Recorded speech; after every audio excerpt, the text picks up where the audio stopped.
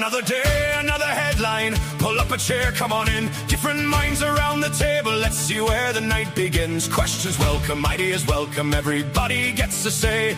Leave with better questions than the ones you brought today. Community, unity, learning, thinking. Welcome to the following, where good logic has a say. Think a little, laugh a little, grow a little today. Not at all the leader of the following, not at all a cult type of cult. Hey!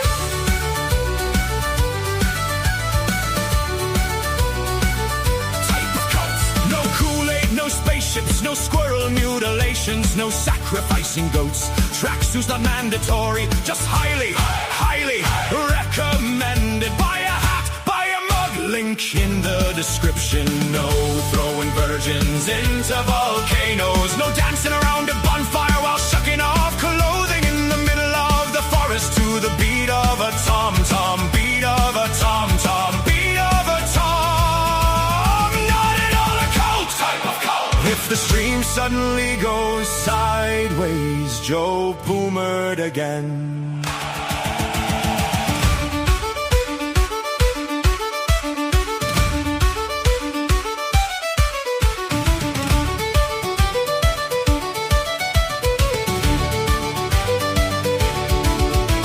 Community, unity, learning, thinking. Pull up a chair, stay a while.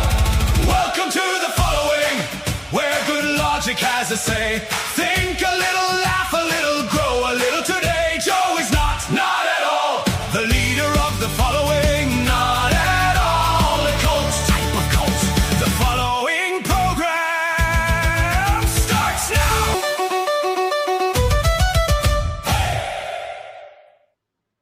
Good evening, everybody. Welcome to the following program. I am your host, Joe Neerman, a.k.a. Good Logic. Hope you all had a phenomenal day. Things over here going pretty well indeed this evening. What do we have going on? Let me just double check, make sure everything's working. Everything's working everywhere. Things are running. Things are happening. Let me check. Make sure that the ghetto looks like it's looking good. What? No, look at that. All right, that's the ghetto. That's working. I don't see the chat in the ghetto. I don't see the chat. I need to see the chat. Let me see if I look at it this way. Now I see the chat. All right, there we go. We're good. All right, we're good there. Did I make a link in locals? I don't know if I did. I don't think I did. Oh no. I'm opening up the chat in locals. I know some people like to hang out in there sometimes. Chat now opened in locals. We are good everywhere. All right, tonight, Trump takes another swing at birthright citizenship in the wake of the SCOTUS decision, Trump v. Barber, wherein his initial EO banning birthright citizenship was shot down by the Supreme Court in a lousy decision, which just mystified people who actually have a brain. Now we're looking at a new EO based on that decision, trying to use the findings of that decision in order to craft an EO which would try to at least limit birthright citizenship, if not altogether eradicate that notion. And we're going to take a look at that, who it would apply to. Will this withstand court scrutiny? What is the likely evolution of the legal battle over this newest EO? As we are aware, as soon as he finishes, before the ink is even dry on his signature on EO, we know it's going to end up going to a district court in Washington, D.C. Almost certainly that's where it's going to go. And they're going to find some woke judge. Which woke judge they'll do? They'll just spin the wheel. They got this big giant wheel like the Bob Barker there, where they just like someone tugs on the wheel and it's got different faces of Judge Mehta or Judge Boasberg or Judge Wokester. It doesn't really matter who you go, Judge Nichols. Doesn't matter. Doesn't matter. So we know it's gonna get stayed in a TRO. We're gonna talk about this. We're gonna talk about exactly how this whole thing will likely evolve over time. What's going to happen with respect to this EO?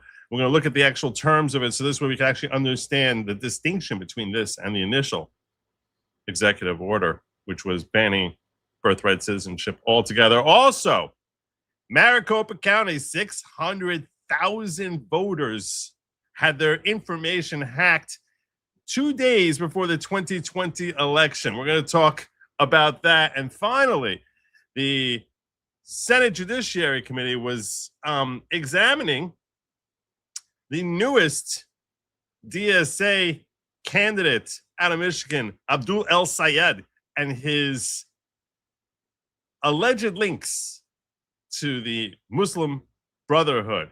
Let's take a look at what the Muslim Brotherhood is and how these links are established and what the Democrats had to say. That all that and more. Plus tonight we have a goal. If we get tonight, we're back to our regular goal, our usual goal, 15 super chats in quantities of $10 or greater. We're going to go into hour 3, and hour 3 will include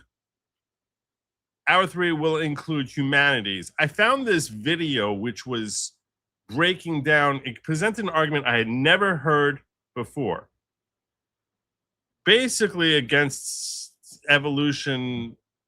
I don't know if I should call it evolution. It's about the age of the earth. Is that evolution? I guess we can call it. You can call that evolution. We can call it evolution. And it's where science is being used to debunk the science of what every kid is taught these days. I assume every kid is taught these days about the age of the earth. I thought it was a really interesting argument. I'll probably open up the phone lines if, in fact, we get there. That's if we hit our goal, which is, again, 15 super chats, rumble rants, ghetto donations, etc., in quantities of $10 or greater. We hit that goal, boom, we go to hour 3. So that's our lineup for tonight. We're going to start off tonight by talking about birthright citizenship. We're going to go with the featured story right out of the gates. We'll start, I think, with this. We'll start with this one. I don't like that background here. That background's for the opening. It's not for the show. That's better. So we're going to start with this. This is Trump when he's at the signing of today's executive order. Here he is expressing his frustration with the Supreme Court at that this is a necessary thing. Dealing with on birthright citizenship, we had a very unfortunate decision in the Supreme Court concerning birthright. It was close, but a very, very unfortunate decision. So we're making adjustments because it's very unfair. This was done for a different reason. This was done right after the Civil War. This was for the babies of slaves.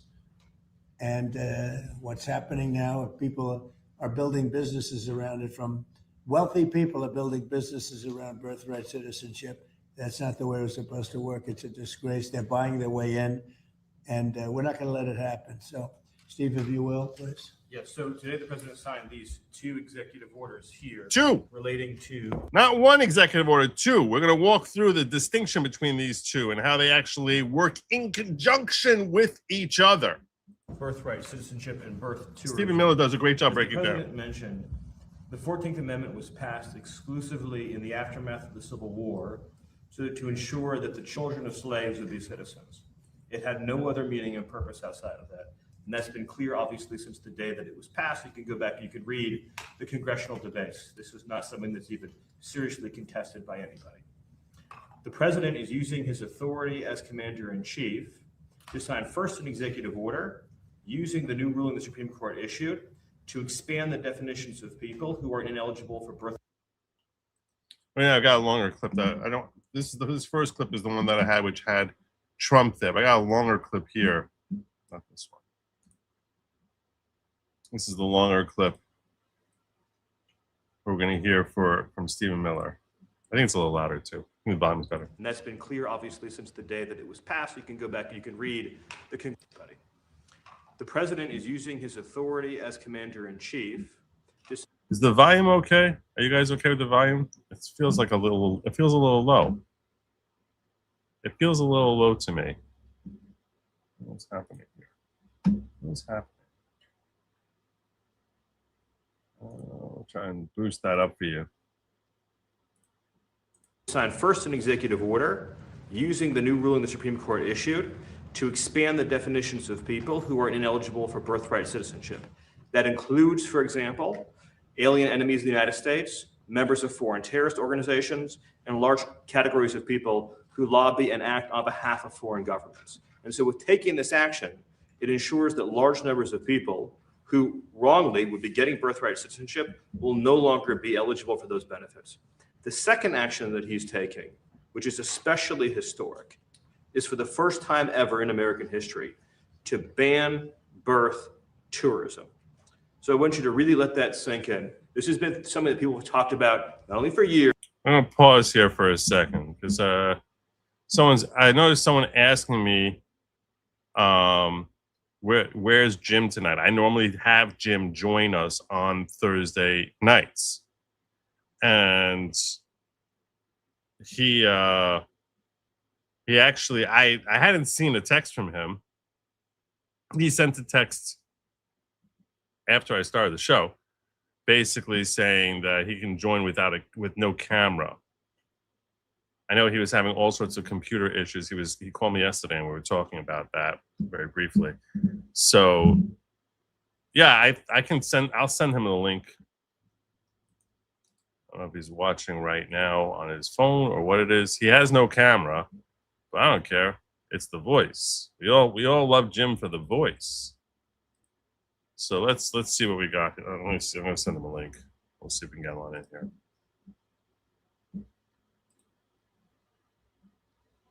So let's see if we can get him.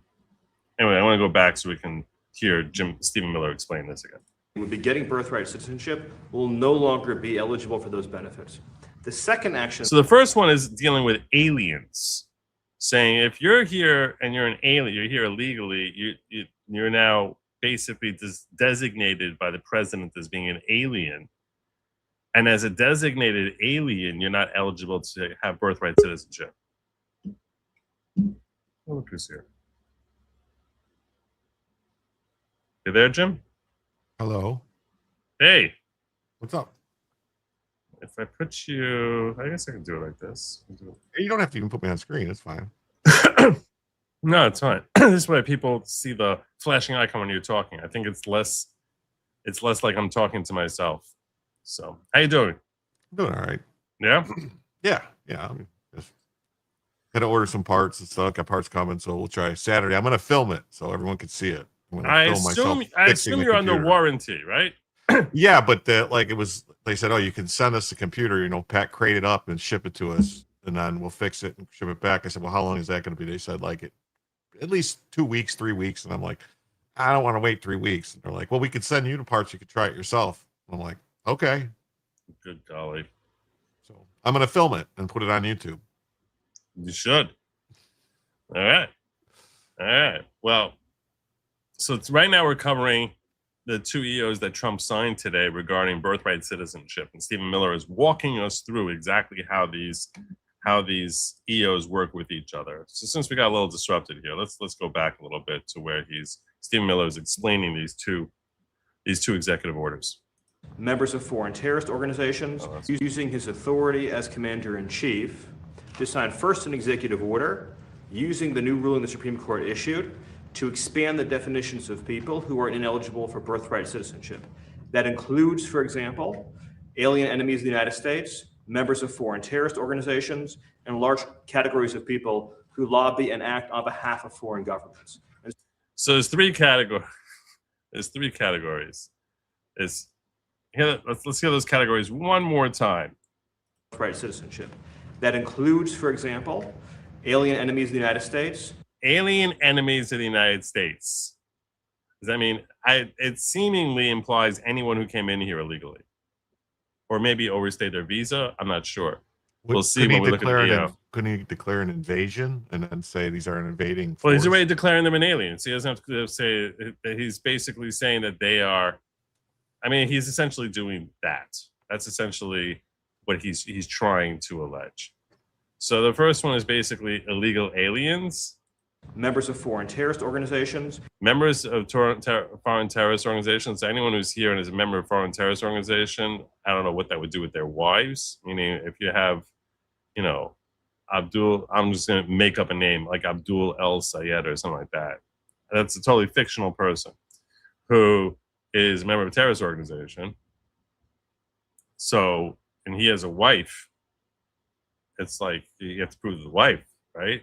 Is not the if you're looking at the kid, it doesn't matter what the dad is, right? Well, don't we have laws against giving aid and comfort to terrorists? Wouldn't making them supper and cleaning his clothes be aid and comfort? Well, yeah, but you know, sewing up his bomb vest and all that stuff. You know, making sure that the sticks of dynamite are sewed in properly so they don't fall off. Maybe I should have chosen a different name.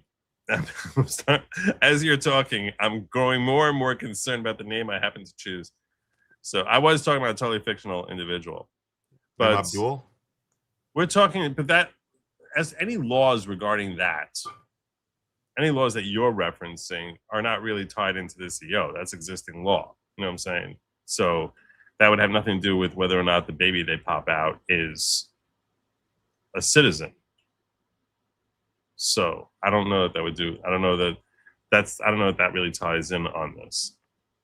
But so he's basically saying anyone who's a terrorist, anyone who's here illegally, and the third category is... and large categories of people who lobby and act on behalf of foreign governments. Large categories of people who lobby on behalf of foreign governments. So that implies even if you have a visa, you have a valid visa, but if you're lobbying on behalf of foreign governments, your kid is now not going to be a citizen. Again, the question is whether that would apply to the wife of someone who's doing that, because usually this tends to be, by and large, men who they're targeting here, and it's their wives who I think who are and seeing how we're concerned about their wives popping out babies here, and the baby of some radicalized Muslim. So I don't know what's going to happen with that. That's also probably legally the most tenuous element to these aggressive orders, because that one is probably going to struggle to pass. I'll tell you, that one. The first ones are much more interesting to me. This last one, last category, I don't expect that to pass muster. There's been so much crazy stuff happening in the past few days, man. Did you see the story about all the generals, the former top U.S. generals that went to China and basically made a deal with the Chinese? Well, I want to stay here on this. No, I know. I'm just saying, it's just all this stuff to treason that's going on. It's just crazy. Yeah, no, it is crazy. It is, but I actually did not hear about that. But just the same type of thing. But we're talking about lobbying on behalf of a foreign government. You know, it's like, well, I don't think there's any claim that this would apply to citizens of the United States who lobby on behalf of foreign governments. Meaning, let's assume there's some link that's established between Tucker Carlson and Qatar. I don't think his kid now it becomes ineligible to be a citizen. I don't think he has that. I don't think he's trying to assert that type of power or authority. But we have to look at the language of the EO to see exactly. We need to tighten it up. Yeah, I don't think he can do that. I think if he tried doing that, it would be bounced out by the Supreme Court in 10 seconds. I think even Thomas and Alito would not approve of that because that's, if you think about it, the whole objective of the 14th Amendment is that you cannot ban citizenship from the offspring of someone you dislike. They're a citizen here, and now you're going to say we're banning you because I don't like you. That's very consistent with what the thinking of the 14th Amendment actually was, that there was concerns about the South trying to keep black people from having citizenship. So basically it was conferring citizenship on and saying you're not going to stop their kids from becoming citizens. See what I'm saying? Oh, anyhow. And so with taking this action, it ensures that large numbers of people who wrongly would be getting birthright citizenship will no longer be eligible for those benefits. The second action that he's taking, which is especially historic, is for the first time ever in American history to ban birth tourism. So I want you to really let that sink in. This has been something that people have talked about not only for years, but for decades. The idea that people come here pretending to be a tourist, pretending to be a visitor, saying they want to go to Disneyland, they want to go visit a monument or go to a national park. But the real reason they're here is to have a child, to make that child an automatic citizen, leave our country, and then have a U.S. citizen child. It gives them access under this broken system to welfare benefits, ultimately to the voting booth, and all the other rights and privileges that belong solely to Americans. So that practice of birth tourism is, as of the signing of this order, hereby banned. And what that means is that no one in the world is any more allowed to obtain a visa for this fraudulent purpose. It is probably, and President Trump has done many historic things on immigration, too many to list now, sealed the southern border shut, record deportations, record integrity, stopping foreign terrorist entry, record reduction in drug seizures, dismantling criminal cartels, dismantling the gangs, right? Everything he's done that has been so unprecedented. I would put this in the top 3 in terms of importance, because it ends what has been one of the gravest and most egregious abuses of the American system, and it keeps American citizenship sacred. Thank you. Okay, Mr. President. that's big stuff. That's a big deal. Mr. Please, President. go ahead. Thank you. On the birth tourism executive order, what are the plans for enforcement in terms of cracking down on birth tourism hotels that's common in parts of So we're cracking down very big crackdowns, and this will give us the right to do it in a much more forceful manner. But they've taken birthright citizenship and they've made a joke out of it. And we're actually the only country of size, I think just about the only country, period, that does birthright citizenship. I thought we were going to win it at the Supreme Court. Unfortunately, we had a bad decision, very unfair decision. Our country suffers because of it, and we're ending it a different way. So that's the breakdown. That's the overall perspective as presented by the Trump administration. There was some questions. There were some questions that were being fielded. I think this is Stephen Miller answering a question from a hostile reporter. Please. Thank you. Can you help us understand I can't hear her either. It's a little louder. how you distinguish between a tourist and a birth tourist? Well, I'll let you discuss it, please. Yes, happy to. And so, by the way, that was an excellent presentation. Thank you, Will. Stephen. For those of you who want to do your research on this, Section 215A of the Immigration and Nationality Act gives the president this authority. 215A of the Immigration and Nationality Act. Very rarely used, probably one of the strongest laws in the entire federal code, gives him this power. And that's not the only, but it's the main statutory authority that's being used in this order. So birth tourism is by definition a fraud on the American system, on the American taxpayer, on the American visa. If you're coming here, and again, your stated purpose is that you're a tourist, then by definition, you are here to come for a few weeks, look at what we have, engage in commerce, and leave. So if you're telling a consular officer you're here as a tourist, but your true purpose and intent is to go to a baby mill, give birth, and try to mint an American citizen while you're here, then you're committing a fraud against the American government. And by definition, that visa can and should and will be now denied. The question is, just because I'm denying the visa, that he can deny whatever visas he wants. But the question is, when people slip through, which inevitably they obviously will it stop them from attaining their rights as a citizen?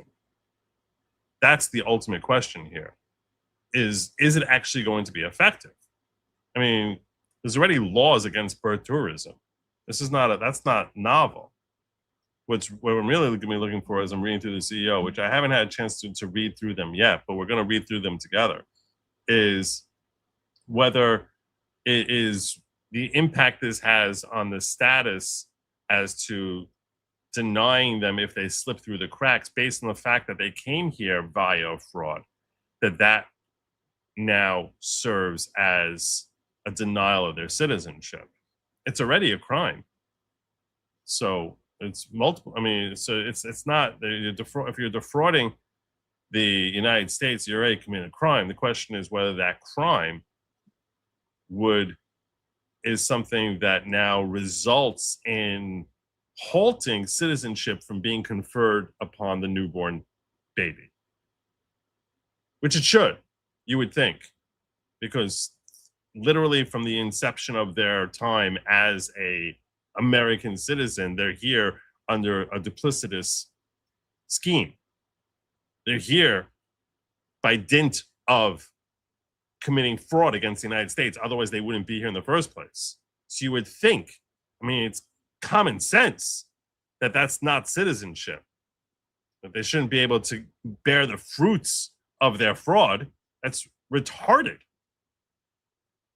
Although, frankly, as of this moment, before, or as of yesterday, certainly before the CEO, that certainly was the case. We're going to take a closer look at the CEO so we have a better feel for what this is about.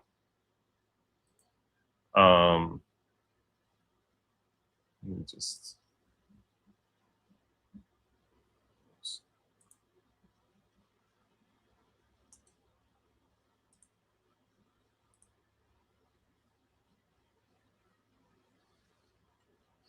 Okay, we'll start here. It's from whitehouse.gov. Fact sheet: President Donald Trump ends birth tourism and protects the meaning and value of American citizenship. Safeguard American citizenship and ending birth tourism. Today, President Donald Trump signed 2 executive orders to continue to protect the meaning and value of American citizenship after Trump v. Barbara. The first executive order non-exhaustively identifies certain categories of children of aliens who are not entitled to birthright citizenship, consistent with historical exceptions to birthright citizenship recognized by the Supreme Court in Barbara. The second EO delegates presidential authorities to the Secretary of State and Secretary of Homeland Security and directs them to halt the practice of birth tourism. All right, so protecting the value of American citizenship. President Trump recognizes that the privilege, seriously, mother effer. You did this to me before. No, I'm not doing this.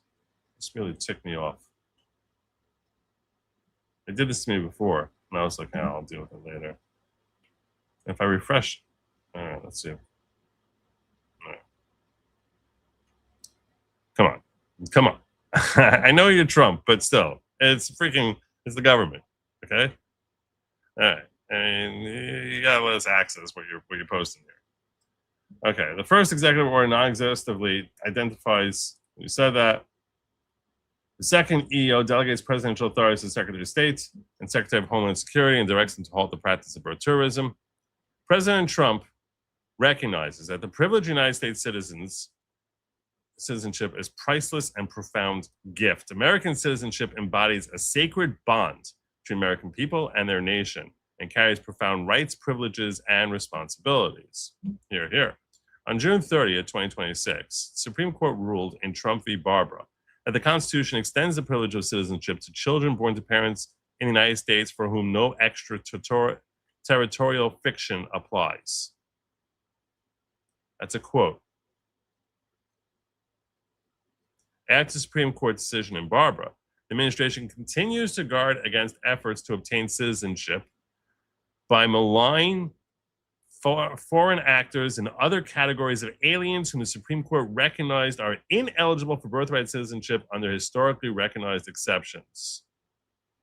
So we're trying to safeguard to make sure, these bad folks who come in here of various categories that they're ineligible to get citizenship.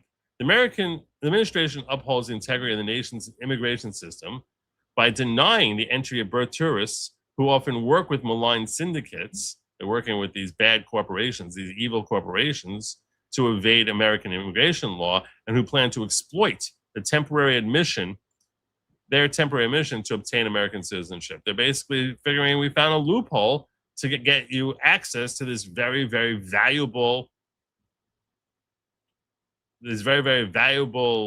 blessing of being an American citizen. President Trump has delivered on his promise to fix the immigration system, prioritize American citizens, and protect U.S. citizenship. In his first week back in office, Trump signed an EO invoking a crisis at the southern border and taking immediate action to end the Biden administration's record-shattering illegal immigration into the U.S. For 15 straight months, no illegal aliens have been released into the country. That's remarkable. It's really remarkable. Just to point out to you, I'm going to remind you, in case you weren't here like 2 years ago, okay? I'm going to remind you of something just so you can appreciate what an amazing thing this is that we take for granted at this point. We have 15 months and no one coming in here. During the peak of the Democratic Party's crisis, that they recognized that the American people were freaking out about the border. Joe Biden came out with what they was so proudly declaring a bipartisan way of closing the border. And it was a whole bill which was going to have increased funding to try and shut down the border finally, because we had so many millions pouring over our border year after year. And he said we're going to have to invest all crazy amounts of money and infuse tons of money. And they had this whole long proposal. And one of the things they had in that proposal, just so you can appreciate how insane this is, one of the things they put into that proposal was that when there is a surge at the border, that only when there's a surge can you actually close the border. And even when the border is closed, you must be admitting something like 1,500 people a day or 40,000 people a month. Like 500,000 people a year must come in. That's when we're closed. That's because if it's been too much of a surge, then we're going to close and only allow folks in at a rate of 500,000 people each year. Illegal aliens, not legal immigration. That's when we would be closed. And that if any president would try to shut the door tighter than that, keep them out tighter than allowing in 1,400 people a day, that president could be taken to court and jurisdiction would be in Washington, D.C. with their stupid woke judges, so that he could stop the court could stop the president of the United States from closing the border and withholding that 500,000 people per year. Meaning, by law, this sick, disgusting, evil bill was saying that no president ever again shall ever be permitted to shut the border completely. That it has to be that you're allowing in 500,000 people a year. Now, the bill ended up dying, and the Biden administration blamed Trump. They say that Trump contacted the Senate senators to try and kill the bill, and that he succeeded in that. And they were claiming the reason he's trying to kill the bill is that there's this ongoing crisis that he could campaign on. So that the only reason that we have this crisis, the only reason we have this whole surge here is because of Donald Trump.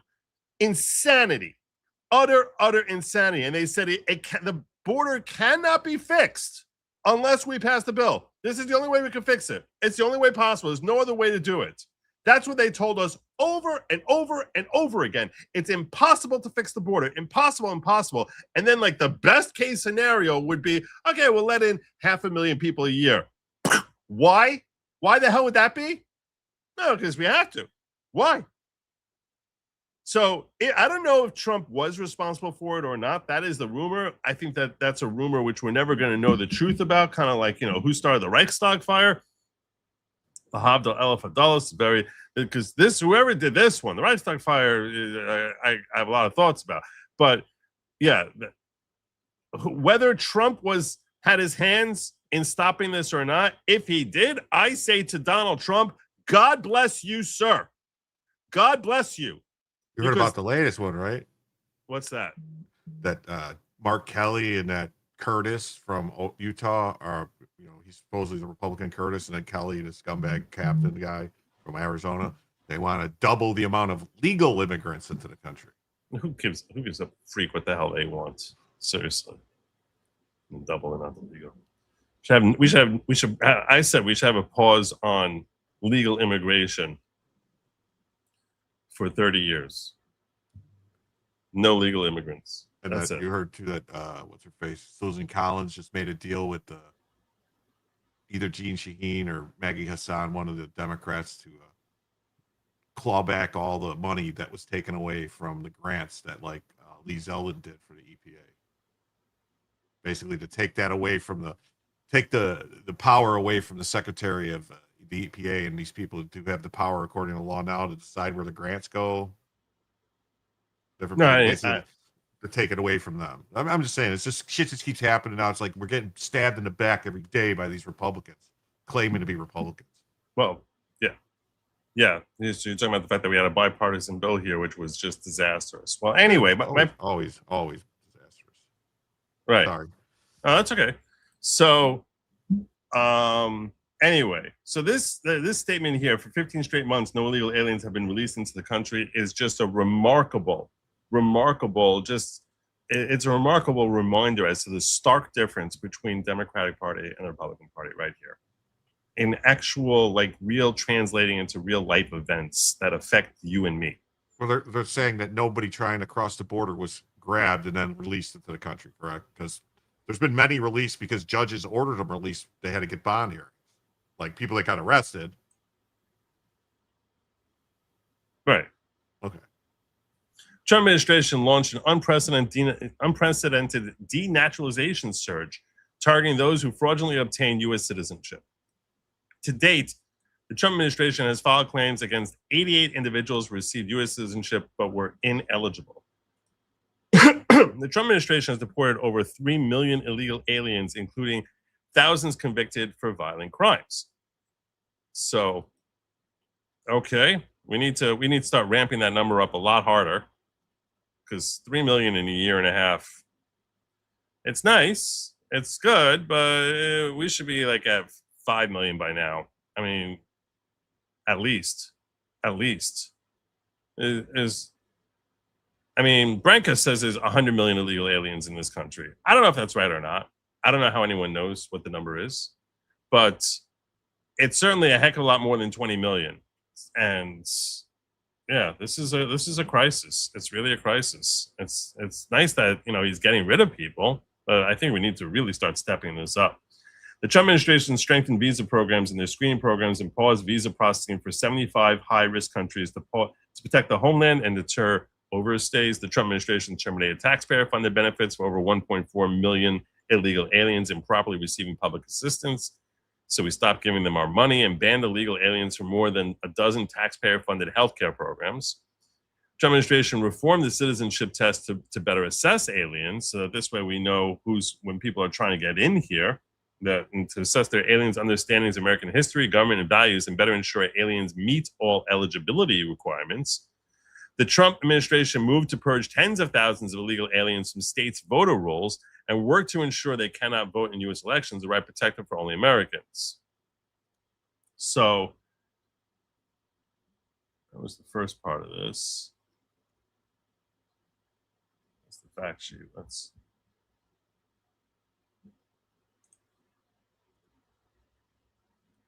By the authority vested in me as President, Constitution, and the laws of the United States of America, is hereby ordered.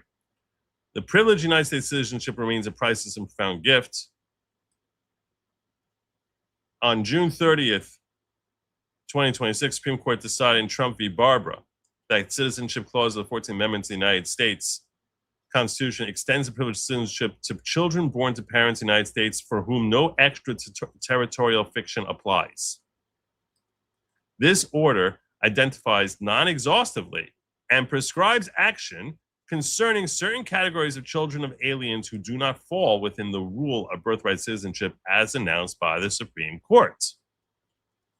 So you may recall that on June 30th, when this whole thing came down, or July 1st, when we were dissecting this whole thing, that Trump was saying, it wasn't, there were people in the Trump administration who were saying this was not as bad a loss as we thought, as people are making it out to be. And this is the key line that they're talking about, that they found a section that they could zero in on and say, this is our little foothold to make sure we can keep citizenship away from most, if not all, these illegal aliens.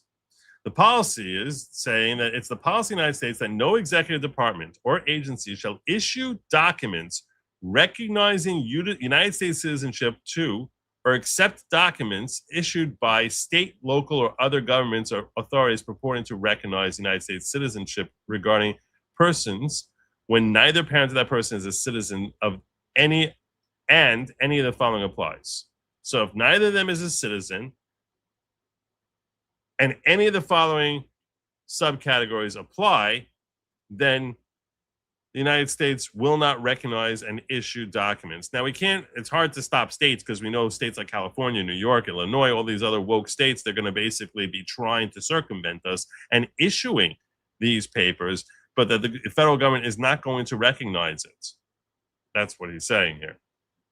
So if both parents are illegal aliens and either parent of that person is an alien enemy, so this way he's getting around the problem of like, well, the husband is evil, and we can't prove it about the mother who's popping the kid out. So if either parent of that person is an alien enemy, defined to include any member of a designated foreign terrorist organization under 8 U.S.C. 1189, or especially designated global terrorist, consistent with the International Emergency Economic Powers Act and Executive Order 13/2024. So if either one is an alien enemy, they're part of a terrorist organization, or either parent of that person is a foreign government employee, defined to include ambassadors, persons employed by foreign embassy or consulate, persons employed by foreign government in an official capacity, persons employed by an international organization that possess international organization immunity. So that's the second group here. C, the third group, is if either parent of that person engaged in a commercial transaction to purchase or access birthright citizenship for the person, or engaged in fraudulent activity to obtain citizenship, to include. So this is where he's specifically targeting those who are part of birth tourism. This is exactly what I was asking about at the outset of this. It's nice that there's already a law making it illegal for them to come here, but what happens if they skirt the law and come here anyway and pop a kid out? You can give them a little slap on the wrist, but the key is that we're not going to be giving them the offspring, the citizenship, that they shouldn't be bearing fruit from the fruit of their loins, that just because they committed fraud in order to pop that out on American soil. So if either parent of that person engaged in a commercial transaction, meaning they paid money to purchase or access birthright citizenship for the person, or engaged in fraudulent activity, when the parents of the person engage in commercial transaction to ensure that the person's mother is present in the United States or a territory of the United States give birth, or when the parents engage in the commercial transaction, meaning they're paying money with a surrogate present in the United States or a territory of the United States to give birth. Nice. Nice. When the parents engage. Okay. So that person, this is a very interesting thing. And this has been going on for at least 10 years. I saw a report, and I shared with you all a report a couple months back, which was talking about this. It was a woman who was basically saying that she was paid $30,000 to basically carry the baby of these Chinese people. So it's basically some Chinese fetus through IVF. They basically were going to implant it in her. She was an American citizen herself, and this way she would pop out that kid. Now, this is trying to imply that if a woman, American citizen woman, engages in IVF in order to give birth to a Chinese citizen, to an American citizen whose parents are Chinese, that kid would not be conferred with citizenship status. That's what this little highlighted paragraph is trying to cut out. When you paid money with a surrogate, presumably the surrogate is American citizen, President of the United States or a territory of the United States to give birth. This is something I think that the Supreme Court is going to think about long and hard, even if they uphold the rest of this EO. This is something that it's probably going to confuse a lot of them here, a lot of these folks. It's probably going to confuse the hell out of a lot of these folks. Certainly, Ketanji Brown Jackson is going to be baffled as to what is a woman, what is a surrogate. Once it comes out of the American citizen's vagina, that it automatically should have American citizenship.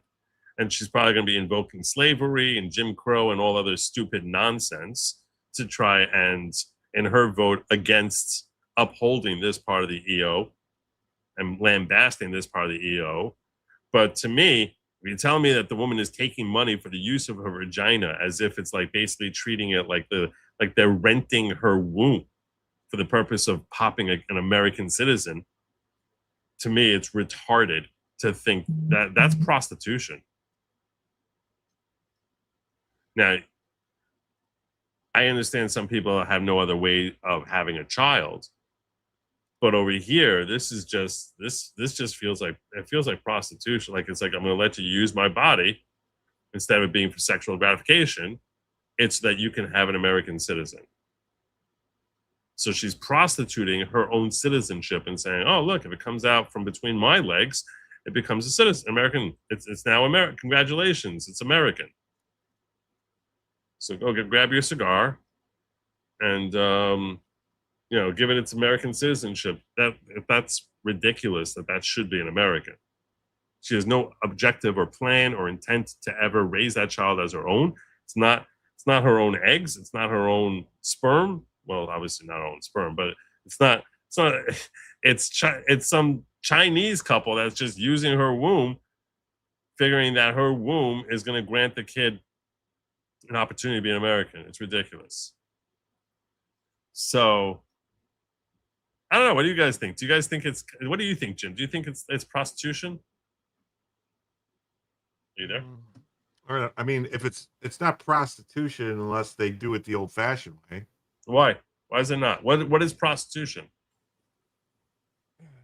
I'm letting you use my body for money. But instead of being sexual gratification. I mean, you could make, it's about sex. You're not having sex. I mean, using your body for money, it could be defined, anybody doing any type of work, really. Yeah, that's not really that. It's not the same thing like a baseball player using their body for money. That's not. I mean, that would basically have to at all. That would basically outlaw all in vitro fertilization, or anybody who's a surrogate anytime, no matter what. That's basically. But over here, the objective is she's prostituting her American citizenship.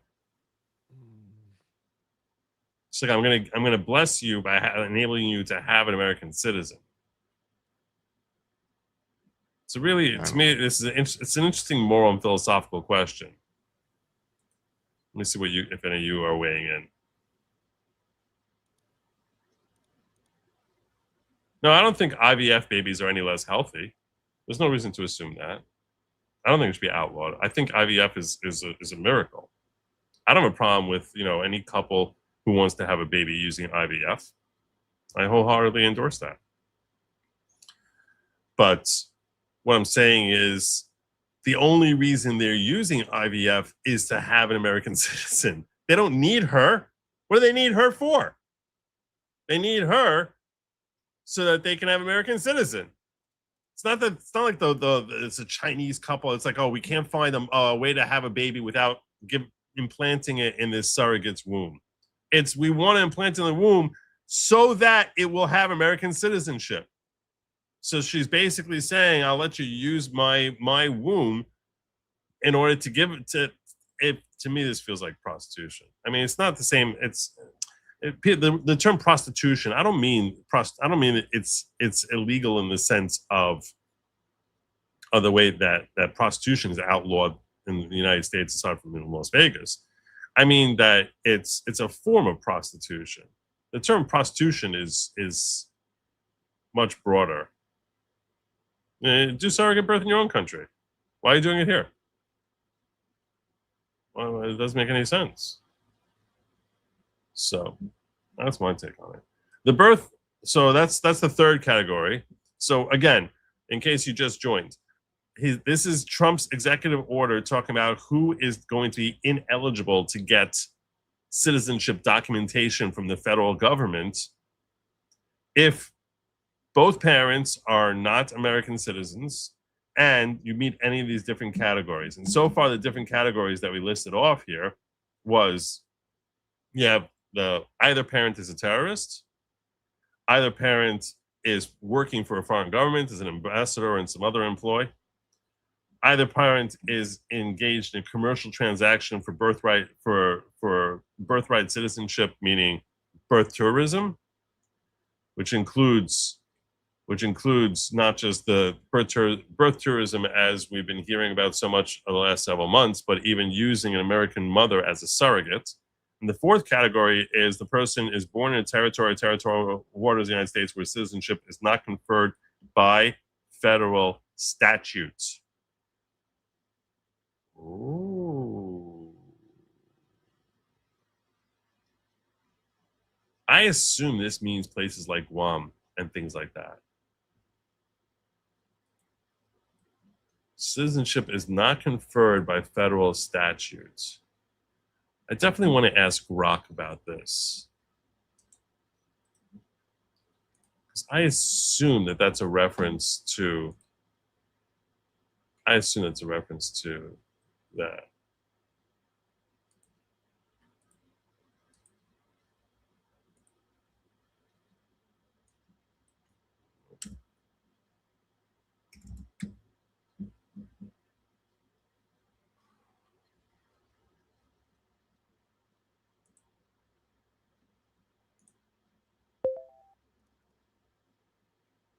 Hey, Grok.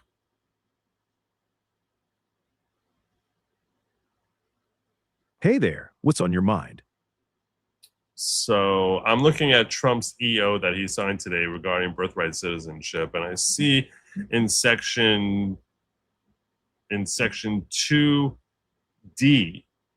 it has this language: the person is born in a territory or territorial waters of the United States where citizenship is not conferred by federal statutes. Does that mean any of the territories outside of the 50 states? Yes, Section 2D targets U.S. territories or territorial waters where citizenship isn't granted by federal statute. That mainly points to American Samoa, Puerto Rico, Guam, the U.S. Virgin Islands, and the Northern Marianas all have citizenship through congressional statute. So this section doesn't change anything for births there unless Congress first passes a law to strip statutory citizenship.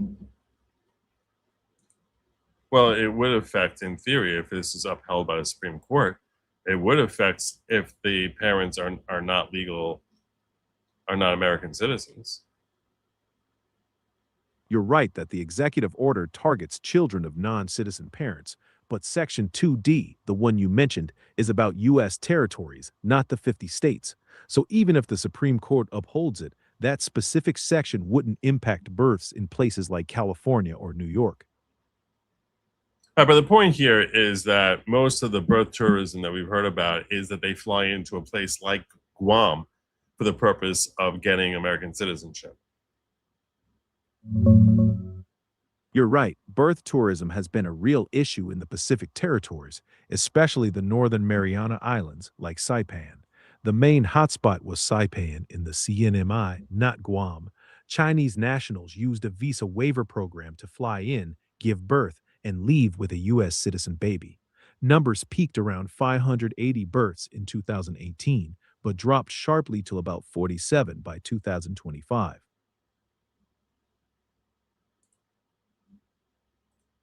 Okay, so I was correct in my assumption there. Enforcement. The Secretary of State, the Attorney General, the Secretary of Homeland Security, and the Commissioner of Social Security shall take all appropriate measures to ensure that the regulations and policies of the respective departments and agencies are consistent with this order. So I'm hereby directing these different agencies to comport themselves in accordance with this EO. And then no officers, employees, or agents or their respective departments and agencies act or forbear from acting in any manner inconsistent with this order. The heads of all executive departments and agencies shall issue public guidance within 30 days of the date of this order regarding the order's implementation with respect to their operations and activities. Severability. If any provision of this order, because you know it's going to be attacked, or the application of any provision to any individual or circumstances held to be invalid, the remainder of this order and the application of its other provisions to any other individuals or circumstances shall not be affected thereby. So if you strike out, let's say, section 2D, that the rest of this would still stay in effect. General provisions, nothing in this order shall be construed to impair or otherwise affect the authority granted by law to an executive department or agency at the head thereof, the functions of the director of office management, et cetera, et cetera. And yeah, the rest of this is boilerplate language. So there you go. First question for you, Jim. Are you there, brother? Yeah, I'm here.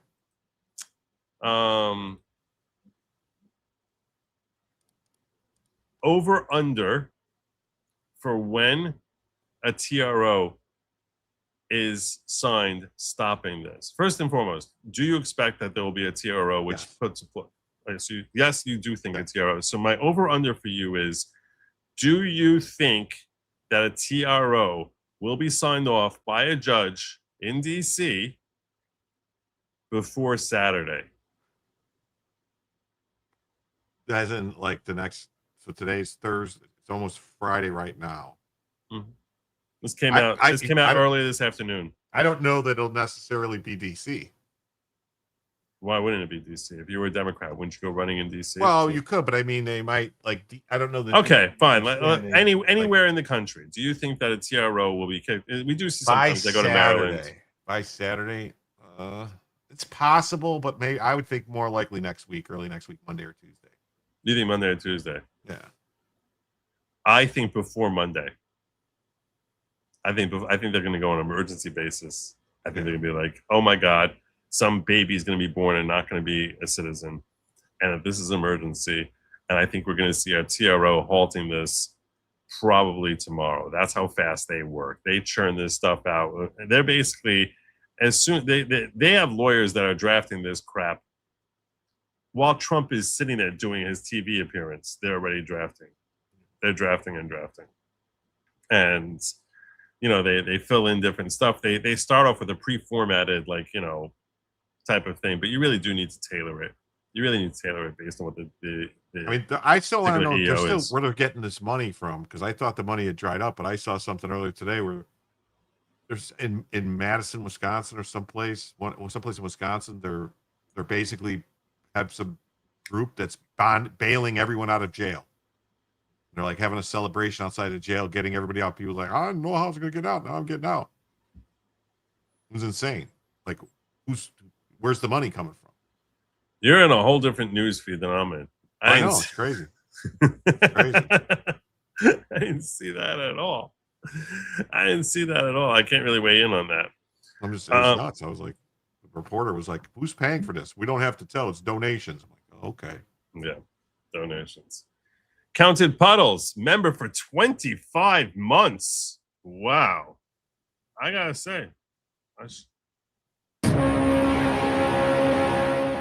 I think I recognize the picture. I think I've seen the picture. The name actually feels like I don't say it every day, but I'm happy to have you weigh in here. I'm glad you're weighing in.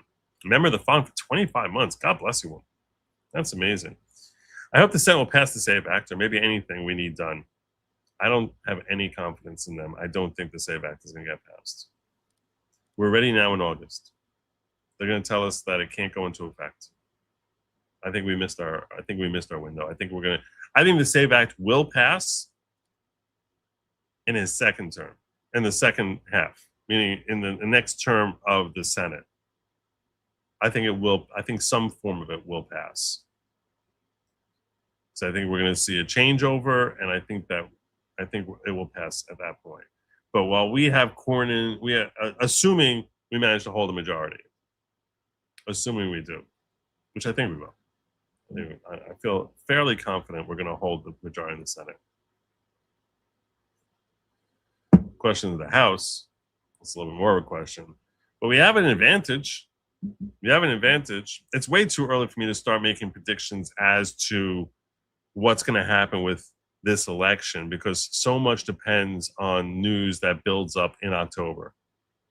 Because that's when everything happens. That's when you start getting a feel for where people are at.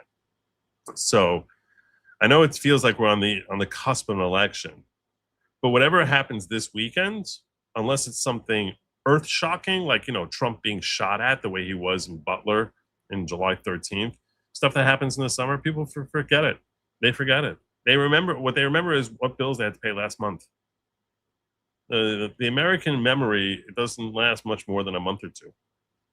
That's why they have the October surprises. But I wish you were. Listen.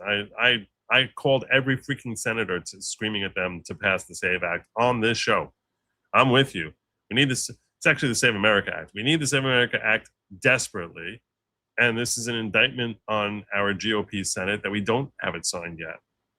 I wish I had better news for you on that, but to me at this point, I have little hope that it's actually going to pass.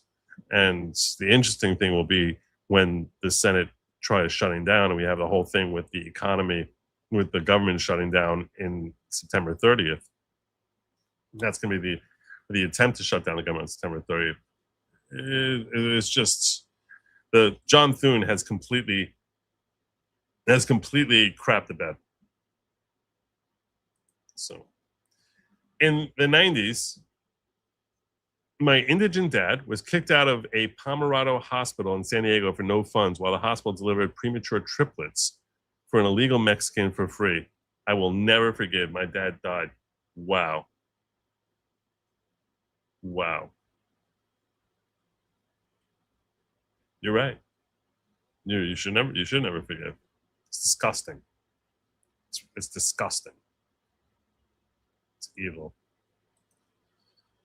Thank you, Karen. My parents had 7 kids by age 25, never once applied for government assistance. Good patriots paying taxes only to be crapped on when truly needed it.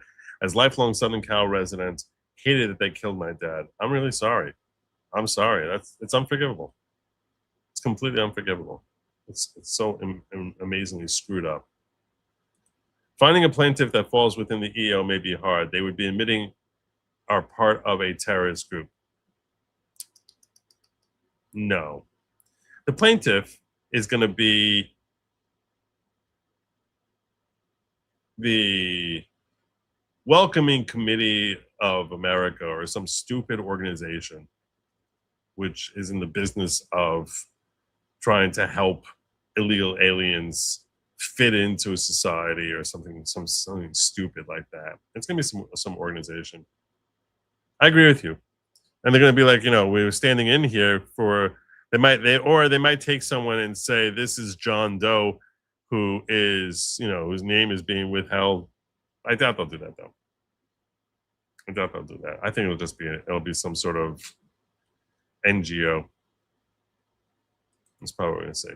If surrogacy is unavailable in the country, an American woman can still do it, but no citizenship granted, period. That's the way it should be. I'd be fine with that. I referred to it as prostitution. And there's 2 elements to prostitution. One is that she's using her body to pop a kid out. The other element is of her American citizenship status. I really don't have that much of a problem. Frankly, I don't have any problem with the notion of her using her body to make money in the context of helping bring life into the world. So I think that bringing life into the world is actually a huge blessing. That's an amazing thing. I have a problem with her using her body based on the status of her body as being able to pop out American citizens. So everything you said here, Kimmy, I'm 100% in agreement with. Totally fine with surrogacy. Some foreigner decides that they want to have whatever influence, some American influence by having some American woman, some relatively healthy American woman popping their kid out, and they want to pay them the mother for that. I don't have a problem with that. I don't have a problem with it morally. I don't have a problem with it intellectually, philosophically. I don't have any problem with that. I have a problem with the fact that she's selling her citizenship status as part of the bargain. It's not just part of the bargain. It is the bargain. It's the point.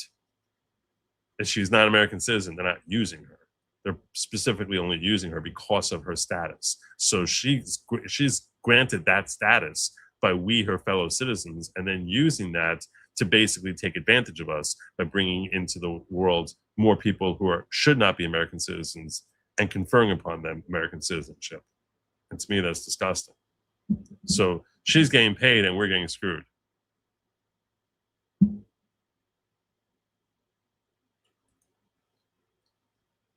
Member for 40 months. And here for another 40. God bless you, Catherine K. Thank you so much. KPT. Holy cow, I've been here for 20 months. No wonder I'm so much smarter. My tracksuit is working. Beautiful. Beautiful. 20 months. Feels like I remember when you first showed up.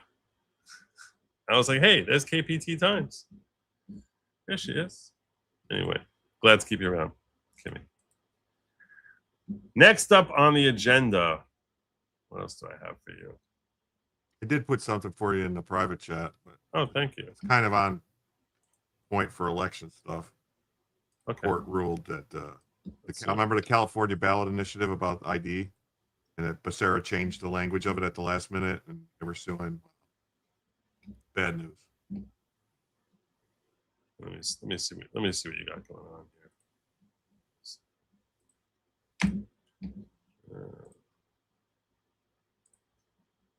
Oops.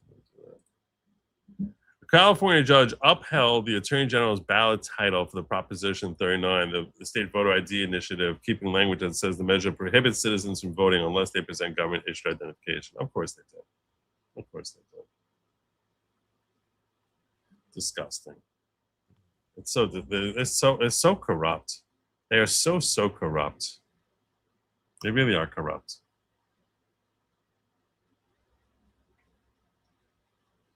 They're so freaking corrupt. They're just evil. God. Ugh. Can't handle these people. I don't know if they're going to appeal it or what, but just one judge. So Yeah, they'll probably appeal it, but good luck. Good luck. it sucks because the wording of the measure was decided by a bipartisan group. You know what I mean? It was actually decided by the election commission or whoever it was, a bipartisan or whatever supposedly group. In case you're unfamiliar with what this is, just so everyone understands, Proposition 39 is, it's basically whether or not they should have voter ID. Yeah. So California, there was 1 million Californians who signed a petition saying we want voter ID, and they came up with language that would be in the proposal, and the language was that that's basically people are required to show ID in order to vote. So in order to scare people who aren't really reading it, people who are not really on top of the issue, when they come in to vote on this in November, Javier Becerra, who's running for governor now to replace Newsom, he came out and basically refitted the language to make it sound as if it's stopping citizens from voting. It's meant to keep out illegals from voting, obviously, but it's saying prohibiting citizens from voting. That's the language. This is a proposal to prohibit you. Hey, citizens, you can't vote unless you present government-issued ID. It's so evil. So the Californians for Voter ID took them to court, and they said, "What the hell's going on here? This is not the language that the proposal, is supposed to have. We had this whole petition was signed with different language. You changed it around, and it's designed to basically rile people up. It's reframing the entire thing. And as Jim is pointing out, the language that they had used is not something that was, just GOP. It was bipartisan. It was a bipartisan chosen language as to what's fair language for people to make an informed decision. But California doesn't want their citizens to make informed decisions. They want them to make very uninformed decisions and try and frighten them. So, and the measure itself does not if you don't have an ID, they still take your ballot, and then you have, you know what I mean. Later, they do like a provisional ballot. You file it, and then you show who you are. And So then, it's not even accurate. You still can't. No, it's not accurate at all, because you can still vote. You file a provisional ballot, and then you have to prove, you know, you get your right, you know, some kind of proof that you have entitled to vote, and then so, like, if you show up to the thing without your ID, they're still going to take your ballot. Right. And you could provide your, you know, that's why it's just it's a poison pill. Yeah. Disgusting.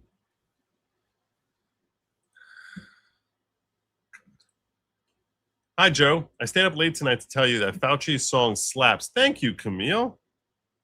We can get a whole musical. Hi, Jim. I am having so much fun with Suno. I can't even tell you. I like want to give up law, give up podcasting, and just create music. The problem is that for one reason or another, that song has like 1,300 views. Everyone's like, they love it. Everyone says they share it out, and somehow it only has 1,300 views. I feel like I'm very deeply suppressed by YouTube. It should have 10,000 views. I'm not saying it should have 1 million views. 10,000 views. I have 100,000 subscribers. I have 1,300 views on the song. It's ridiculous. It's ridiculous. What song? You haven't heard the song? See, maybe this is why people subscribe. They just don't check it out. No, it's just that you got Fauci song. YouTube does not send out notifications to anybody on anything anymore. They're really screwing us over. You don't get anything on me. Nope, I get nothing. I'll get. So when I go live, you don't get like a notification? Nope, I don't get a notification. The only time I get a notification is Rumble will send me a notification the day after you stream. Like the next day, I get a notification from Rumble. This is insanity. This is insanity. It is. Do you get notifications from other people? Did you hit the bell for notifications? Yeah, no, I have the bell. No, not really. Like sometimes locals will send out notifications. Mm-hmm. You know, they're pretty good about it. But with YouTube, I haven't got YouTube notifications in like for anybody in a long time. Did you hit the bell? I have the bell selected for certain. I only have the bell selected for like 5 channels. So am I bell worthy? Yes, you're bell worthy. You, Nick Gavea, and Andrew Branca, and then another guy. So I'm bell worthy, and I still don't get you. I still don't reach you. Should I play the song? You guys want me to play the song for Jim? Sure, play it. I don't want to play the whole thing. It's a 6-minute song. It's a long song. Oh, it's a long song. Though. It's a long song, but it actually is a really good song. It's a fun song. If I say so myself. Oh, what the heck? We got a light crowd in here. And do a poll. See who ask the people who gets notified or not. I'll do a quick. That's a good idea. I'll do a poll. If the poll comes back that I should play the song, I'll play the song. It's that simple. Poll. This way. Let's start a poll.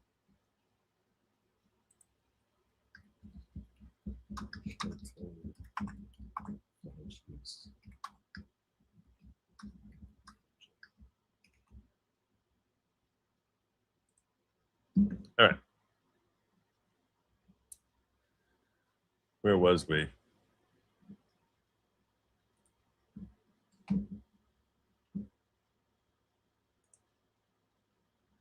Okay. Let's talk about Maricopa. I got this from Benny Johnson first. I should get this first. Let me get this. Who's handsome member for 16 months. Thank you, Aquatic Nomad. Just plain Kate says, if a fetus is killed by any outside attack other than abortion, most states consider that fetus a person and that death a murder. Thus, a fetus is a person. Ergo, a foreign fetus entering the U.S. is a foreign citizen.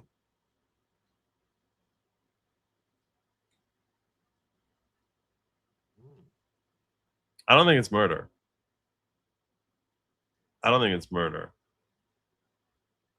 So, on the left this is what we've been arguing about with respect to abortion altogether in general. Although I would argue that a fetus entering here when it's 8 months or more, which is banned like at that point that abortion is banned, that would be considered something that's I think I love the logic that you're bringing here, Kate.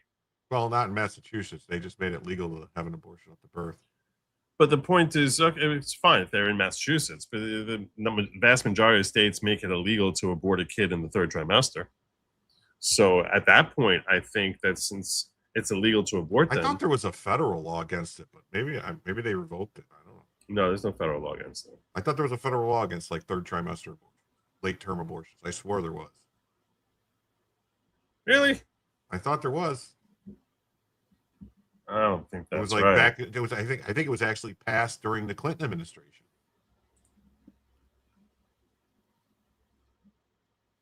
Am I gonna have to ask Rock? Go ahead.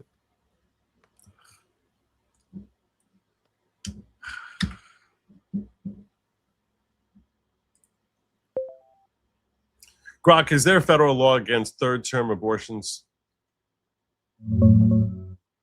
No, there isn't a federal law banning third trimester abortions, since the Dobbs decision overturned Roe v. Wade in 2022. All right, so yeah, I didn't think there was. Didn't make any sense to think there was. Amazing Grace says, compile a bunch of memes and make a video for the song. All musicians have to make videos nowadays. All right. I'll try to figure that out. Maybe I'll throw in like real stuff of like Fauci, like hopping on different places. I'll work on it. We'll see. Joe, took my wife to dinner tonight. After last night, she thought we were having an affair. Yeah, JH was very generous last night. Missed the first hour and some. Is it true that for every $100 super chat, you can get a free mug and a $10.99? YouTube spelling. Yes, that is true. That is true. But I would need your address to do that.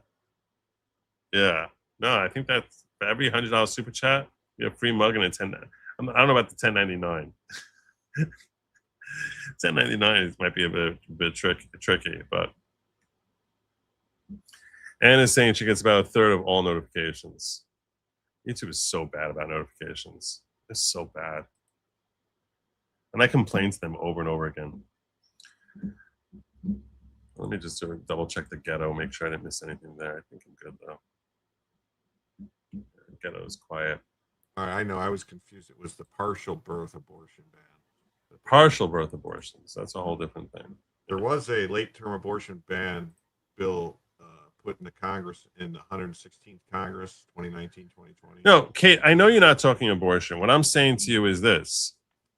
What I'm saying, I took your thought and I sort of morphed it. And I know I morphed it without acknowledging that I was morphing your thoughts. But my point was that I like the thought that you're having. I don't think it's considered murder to kill a fetus in most states. I think you're mistaken on that. In fact, I'll ask Grok that. I think you're mistaken about that, but I do think it's illegal to abort it in most states. In fact, let's follow up with Grok on that. Grok, in how many states is it illegal to abort in the third trimester?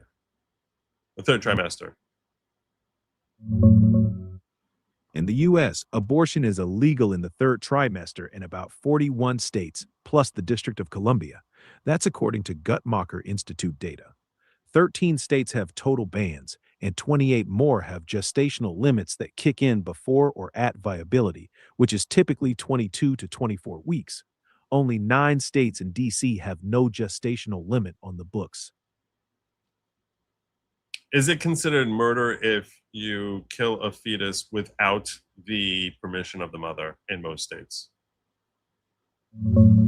Yes, in most states, killing a fetus without the mother's consent is a separate crime, often treated as homicide or murder. Around 38 or 39 states have fetal homicide laws that recognize the unborn child as a distinct victim.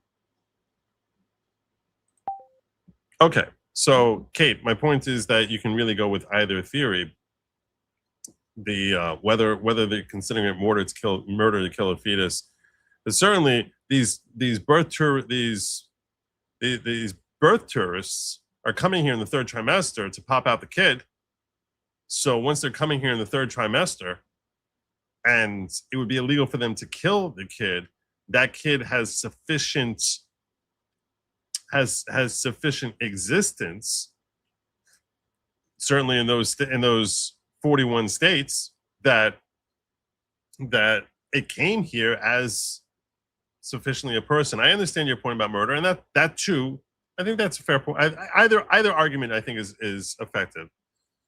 So I wasn't aware that in 41 states it's actually considered murder, or in 39 states it's considered murder. But either argument, and I credit you, Just Plain Kate, with coming up with the point, because that they're coming into the country as a person, so to speak. I just when we were With talking, I personhood. was looking up some stuff when I found about that partial birth thing, and I'm shocked to find out who the person was that introduced the legislation to ban late-term abortions in the U.S. It was a Democrat. To ban after 20 weeks, to put a ban on abortions after 20 weeks. Except When for, was that? 2019. Really Yeah. interesting. You want to know who the Democrat was? Can you guess? Who? You're gonna be shocked. Who? Tulsi Gabbard. Oh. She's like a Democrat, you know. She wanted to make it a crime, punishable up to 5 years in prison Interesting. for the doctor that performed it, not for the woman. Right. Could that AI animation did it be used to create a song video? It took me 40 hours to do that AI in animation for Diddy.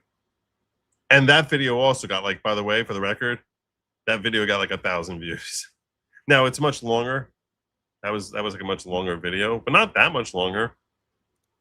How long was that? Like 15 minutes, 20 minutes? This is 6 minutes. It is longer. What I'm saying is it would take me at least 10 hours to do it well.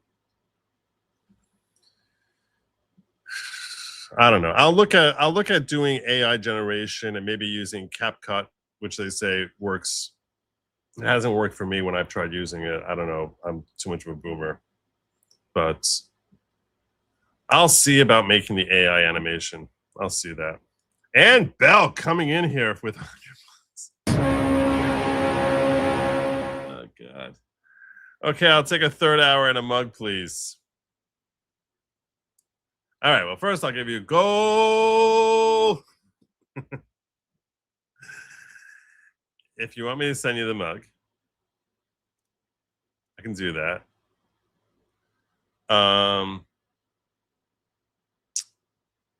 You're gonna, whatchamacallit? I will, I need you to email me your address, because I obviously don't have that information. So you can email it to me at goodlogic@gmail.com. Email me your address, and I'll have it sent to you. And if people are really going to start asking me to, like, send them a mug for like $100 or something like that, if people are really going to do that, say, hey, you're going to need to email me. And also, I think we have more than one mug in the store, so I'm kind of going to need you to specify. I don't want to send you the mug that you don't want. Like, that wouldn't be good. So it helps if you specify, because if I look over on fourth wall, where are you?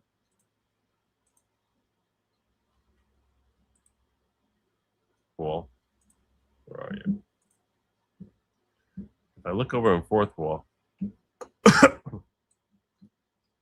yikes! Grabbed everything here.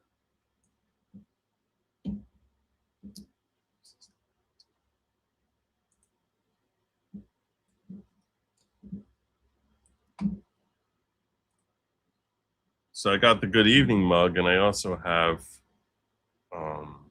we also have, it's another one, isn't there? I also have the following not a cult mug. If I don't hear from people, I'll assume they want this one. So, but thank you very much, Anne, and make sure you send me your address. If I don't hear from you, I'm going to assume you want the following not a cult one, not the good evening one. So Yeah. All right. Let's get into. I want to get into this next story. Right. I want to start moving. Start moving. Breaking newly declassified documents reveal a hacker stole 633,000 voter registration files from an election site in Maricopa County the night before the 2020 election. Despite getting confession from the suspect, the Biden DOJ refused to prosecute. This is how twisted and disgusting Merrick Garland is. I'm sure he hasn't. I'd be very surprised if he's reformed. So I'm going to go with is. Until I get evidence that he's reformed, I'm going to go with is. So, yeah, what is going on here? Does this mean that there was 600,000 new or twisted votes? No, it does not mean that. I want to clarify this in case you saw this story. Maybe you saw something about 600,000 Maricopa people and you were like, oh my God, they really stole the election there. Did they steal the election in Arizona? In my personal opinion, 1,000%. Yes, definitely. You'll never convince me otherwise. But this is not evidence of that. It simply is evidence as to how pathetic the security and integrity of the election in Arizona was, in that a couple of days before the 2020 election, they were able to get hacked and have voter registration information taken from their servers. So it shows their incompetence at stopping people who might have illicit aims from accessing voter stuff. And it also shows the complete moral decay of the Merrick Garland DOJ, that when they see something like this, they basically shove it under the rug and don't tell anyone about it and don't press any charges because they're afraid of giving validation to the obvious fact that there was all sorts of very, very sus activity regarding the 2020 election. I lost Jim. I didn't just knock him out. He just left. I don't know where he comes back in. I'll bring him back up here. So that's what this story is about. It's not to say that there was 600,000 fraudulent votes or 600,000 Republican votes taken out or anything of that nature. It's simply that they were hacked and accessed. The voter registration information was hacked and accessed a couple of days before the election. 633,000 files, including in there 930 which were deemed highly sensitive ones. Sensitive voter record information, meaning information about people who might have restraining orders against violent ex-boyfriends where they have their actual information on there, so that their information is compromised. And it's horrifying just how pathetic the state of Arizona and specifically the county of Maricopa was in protecting that information. And it makes you have that many more questions about the integrity of the Arizonan election, and reminds us that the Merrick Garland DOJ was a complete political hack which had zero regard for justice and was thoroughly weaponized to try and make Biden look good, and had no interest in actually obtaining any sort of justice whatsoever. This is an unclassified report here. Let me open this up for you.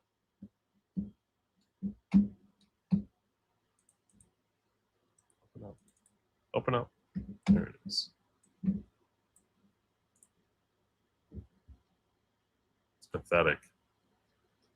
Unclassified opening document, approximately 11, this is November 3rd, 2020.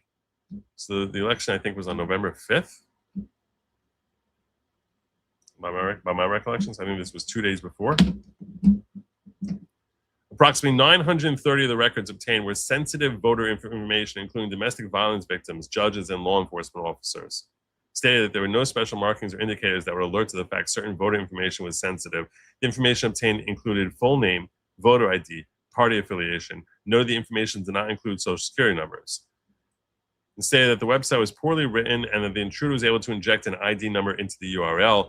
Doing this allowed the intruder to bypass authentication and access the registered voter's information. Normally, a user would enter a known last name, date of birth, and street address along with either the last four of their social security number or driver's license number before accessing that voter's information. The website then would provide an ID number attached to the URL after the voter's information was verified.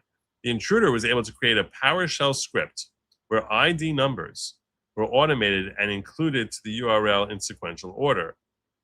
Blank explained that the voter registration of approximately 633,000 voters was exfiltrated, withdrawn to a particular IP address.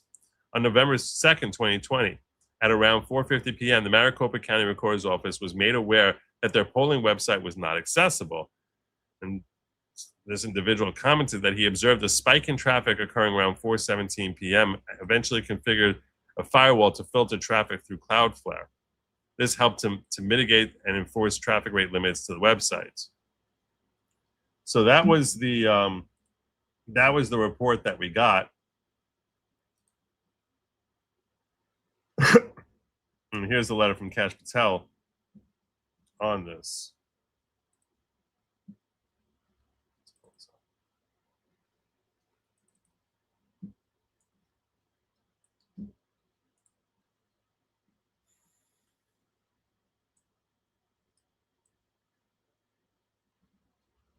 All right, DOJ, August 4, 2026. To whom may concern this is the White House. He's sending a letter to the White House Task Force on Government Transparency. To whom may concern, the FBI can confirm that the incident in Maricopa County mentioned in the election 2020 cyber intrusion logs kept by U.S. intelligence agencies was fully investigated by the Bureau. The FBI confirmed that voter records were illegally extracted from the site and identified a suspect who admitted the crime. So the person admitted that they had done it. The suspect told agents he discovered the vulnerability of Maricopa County, Arizona's registrar servers, wrote a PowerShell script to exploit it, and then illegally scraped 633,000 voter files that included 930 that were sensitive, non-public data. He kept the files stored at his home, but destroyed them shortly before the FBI raided his home in Fountain Hills, Arizona. The FBI spent significant resources solving this cybercrime. They saw it happen, and they actually had to figure out who did it. United States Attorney's Office for the District of Arizona, the Arizona Attorney AG's office, the Maricopa County Arizona Attorney's Office, and the Pinal County Arizona Attorney's Office were presented with the findings of this investigation. All declined to prosecute this matter. We attached the opening and closing ECs and the suspect's 302 interview report for your consideration. That's what we had just read. This is 302. So there you go. There you go. Shocking. It's unbelievable. It's really, really unbelievable.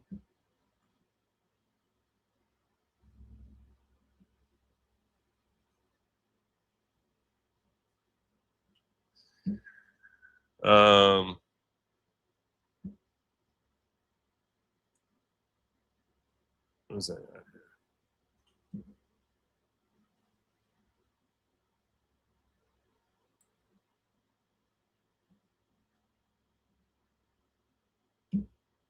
This is what I wanted.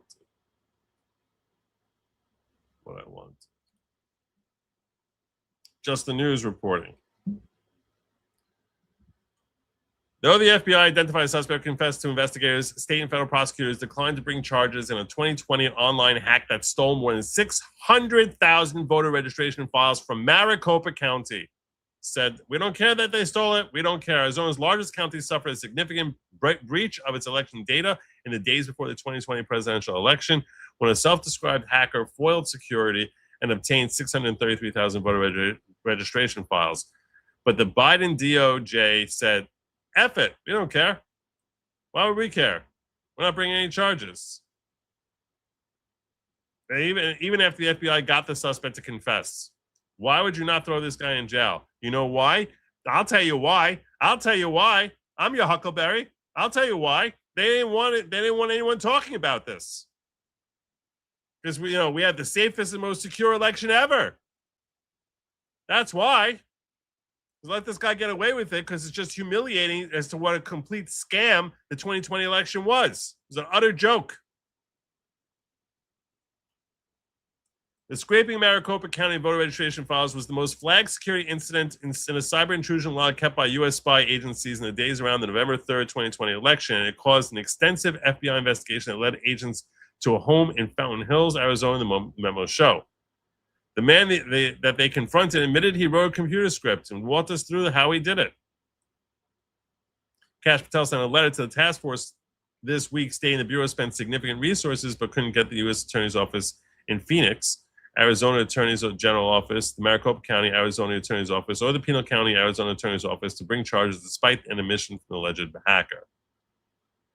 U.S. Attorney's Office declined to prosecute the alleged hacker on July 12, 2021, under the Biden administration, according to the FBI. The newly released memos do not state when the other prosecutorial agencies made similar decisions not to bring charges, but the full case was officially closed in 2023, years before Trump won, before Trump came in. Just one day before the November 3rd election, Maricopa County Recorder's Office submitted a tip through the Arizona Counterterrorism Intelligence Center that there was an attempt to scrape voter registration information. According to that memo, an unidentified member had that PowerShell script that we described earlier. They were exfiltrated between October 21st, 2020 and November 2nd, 2020. This is an ongoing thing that was happening. I assume that it was an ongoing process rather than all happening on November 2nd based on how this sentence is worded. According to Microsoft, the PowerShell script is a plain text file saved with a PS1 extension that contains a sequence of commands called CMDlets, variables, and logic to automate tasks. Basically, this sounds like something that anyone with like 6 months of computer training would do in their sleep. Voter registration files do not include ballots, and there's no evidence votes were changed in the incident, but the intelligence community has been warning since 2020 that if bad actors gain access to such files, they could hamper the ability of voters to cast ballots in the future. China has obtained about 220 million such files, documents released last month by President Donald Trump show. Maricopa County incident appeared frequently in the intelligence community's cyber instruction logs in the days leading up to and on the day of the presidential election. Those logs were also made public, where obviously they redacted sensitive information. They show that by 7:15 a.m. on election day, the intelligence community knew that Maricopa intrusion had scooped up non-public information. At the time, Maricopa County election officials said the suspect accessed the website where people could register to vote, but could not pierce the server where the county voters' registration files are actually stored. The county also said that the only information obtained on individual voters were voter registration numbers, but this is contradicted by the FBI, which identified more than 900 voter records that contain private information like domestic violence victim status. Unbelievable. How many hundreds of people put at risk by their utter incompetence in Maricopa County. What a friggin' joke. The FBI traced the intrusion to a Fountain Hills, Arizona home, and agents were dispatched several days after the election to interview the subject and execute a search warrant on the premises. The man was forthcoming, telling federal agents exactly how he discovered the vulnerability in Maricopa County Recorder's website and how he wrote a computer script to exploit it. The suspect, who described himself as a hacker or tinkerer, he's a tinkerer. He's like, I'm not really a hacker, I'm a tinkerer. I tinker. Told the agents that he first discovered the vulnerabilities of Maricopa's website about 2 months earlier, in September 2020. He noticed his voter ID appeared in the URL after entering his own voter information and testing the vulnerability by entering several 7-digit numbers into the URL path, resulting in access to different voter registration information the agents wrote. So he basically, that's not a hacker. He's someone who's like, hey, I see my registration number in there. What if I just try putting in other random numbers and see how that works? Hacker. That's not a hacker. The man estimated he obtained between 1 million and 2 million voter files.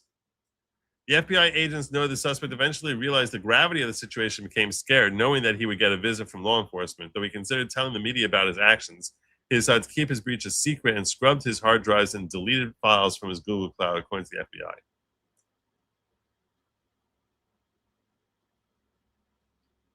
The same day of the interview, FBI agents executed search warrants on the suspect's home, which is publicly reported. Home was targeted by FBI agents seeking evidence of a cyber attack on a then unnamed organization.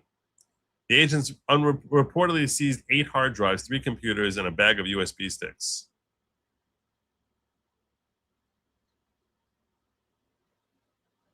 He had previously been investigated while working as an IT administrator for the city of Ashland local police. They questioned over a series of spoof emails sent out ahead of a local election. After both federal and state prosecutorial agencies declined to bring charges using the FBI's findings, the investigative team requested that the Bureau close the case in May 2023, nearly 3 years after the intrusions were first detected. An additional FBI memo shows. The agents cited the declinations to justify closing the file. Disgusting. Disgusting. Merrick Garland is a complete waste of space. Disgusting human being.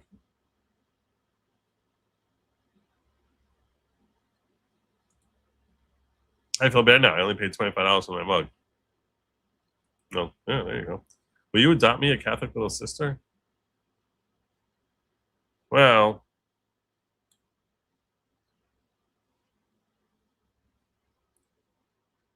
not really in the business of adopting little sisters. Lady Lawgic has a thing about that. She's got a thing about that. Plus, yesterday we read this whole awful article about that Western North Carolina. So I'm gonna respectfully say I think you're good. You're good. I think you're probably good. This is where we're gleaning. It's very thoughtful. Thank you. Very kind. Sylvia, God bless you. Sending in a chat. As is KB coming on in here. Coming on in. Been here since Shabusiness. Really? 28 months ago was Shabusiness. Oh my God. I totally forgot all about Taylor Shabusiness. Did I live stream Shabusiness? Did I cover that? I vaguely recall Shabusiness. I have vague recollections. She's the one who had like her boyfriend's head in a pail or something. Taylor Shabusiness. Minding her own shabusiness. Locals mug me, Joe, the leader, not the leader. Oh, God. This is going to become a thing.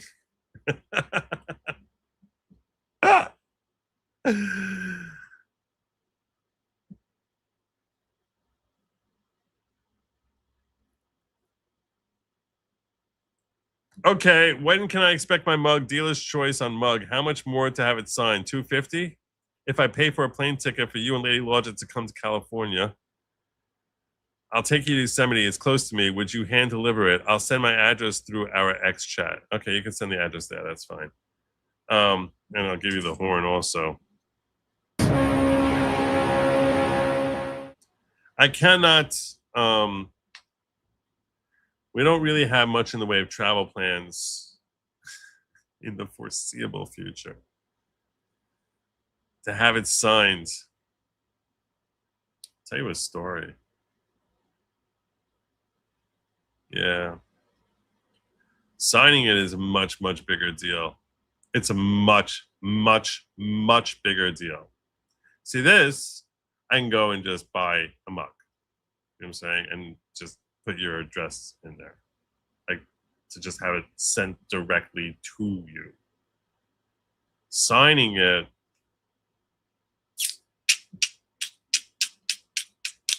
it means I gotta get it, sign it, and the hardest part is mailing it. It means I actually have to like go to the post office. That's like $500. So we go to a post office. That's like $500. I will send you the mug. I assume you want the following mug. That's what I assume. That's the bigger seller. That's the bigger seller. So that's what I'm assuming. But yeah, I will. Now I gotta make a list of people I need to mug. Because otherwise, if I don't make a list, I'm gonna forget.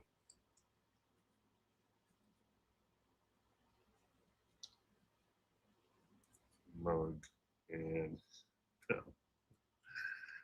NJHS.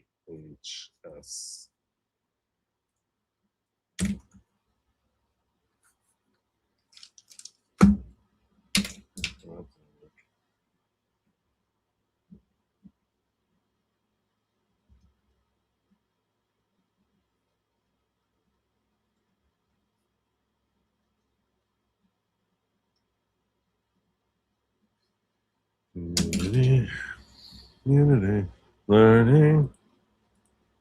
I had this whole poll up there about sharing this song with Jim, which is coming in very strongly, like very strongly as a yes. But Jim's not here, so I don't know what to do with that. I don't know what to do with that now.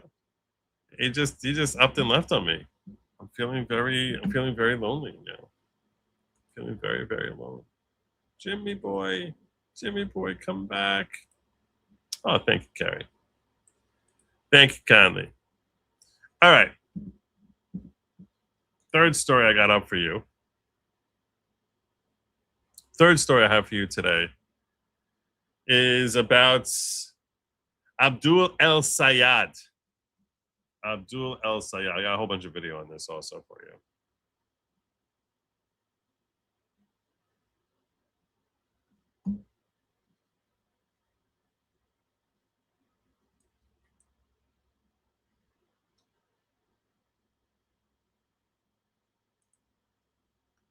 Joined in September 2020.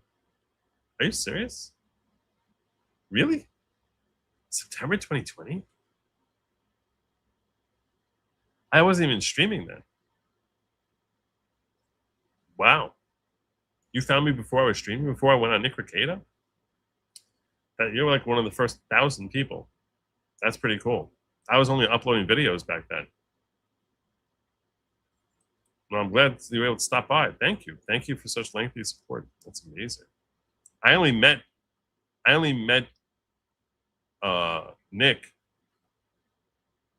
The first time I appeared on his stream was a couple days before J6, and that's J6 2021. So you met me before Nick did. That's pretty cool that you're still here. Thank you. Wow, I'm very flattered. There's really not that many people. I don't know if I can name anyone else who fits that. A whole bunch of people followed me after Nick, but the first like couple that puts you in the first. When I went on Nick Rekieta's show in January 2021, I had like 400 subs. Like he got me over 1,000. So that's pretty cool.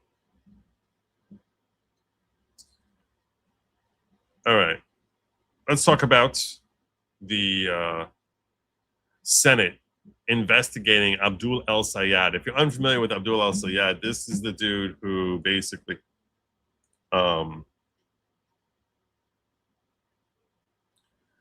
he just won the Democratic primary to become new senator from Michigan. Here's an ad that came out about him. We'll start here with this. I wasn't sure which place to start this story. Laura Loomer sharing, the NRSC just released an ad calling out Muslim communist Michigan U.S. Senate candidate Abdul El-Sayed for pledging his allegiance to the Muslim Brotherhood, a designated foreign Islamic terrorist organization. This is a story I exclusively reported. When we hear from GOP senators and the White House of President Trump calling for investigation into Abdul El-Sayed and calling for him to drop out of the race since he pledged his allegiance to a terrorist organization that has been designated by the Trump administration, Democrats are rallying behind this guy, and they are. Of course they are. Because you cannot be evil enough. You cannot be too evil for the Democratic Party. Here's an ad that just came out on him. Abdul Rahman Mohammed El-Sayed, the most radical Senate candidate in America. Pretty dangerous. El-Sayed pledged support for the leader of the Muslim Brotherhood, a designated foreign terrorist group. He wants to hike taxes on Michigan waitresses, delivery drivers, and seniors on Social Security. He joined a sex offender and a murderer to demand the mass release of dangerous prisoners. And when his ally claimed America deserved... That's Hassan Piker. He's one of the most popular commentators from the left. A complete deranged lunatic who abuses dogs. He's an avowed Marxist. 9/11? America deserved 9/11, dude. El-Sayed ally claimed America deserved 9/11? America deserved 9/11, dude. El-Sayed refused to disavow it. I'm not here to disavow people's views. Abdul El-Sayed, too radical, too dangerous, wrong for Michigan. It's so weird that a Muslim wouldn't disavow someone who said America deserved 9/11. It's insane. Insane.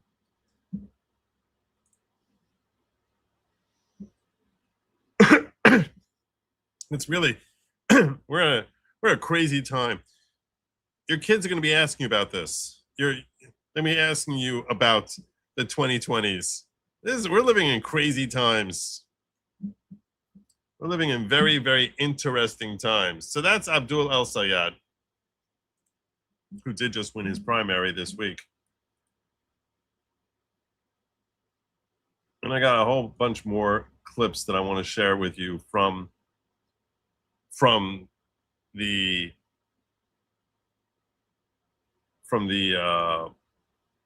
U.S. Senate Judiciary Subcommittee, as reported here by Stop Anti-Semitism.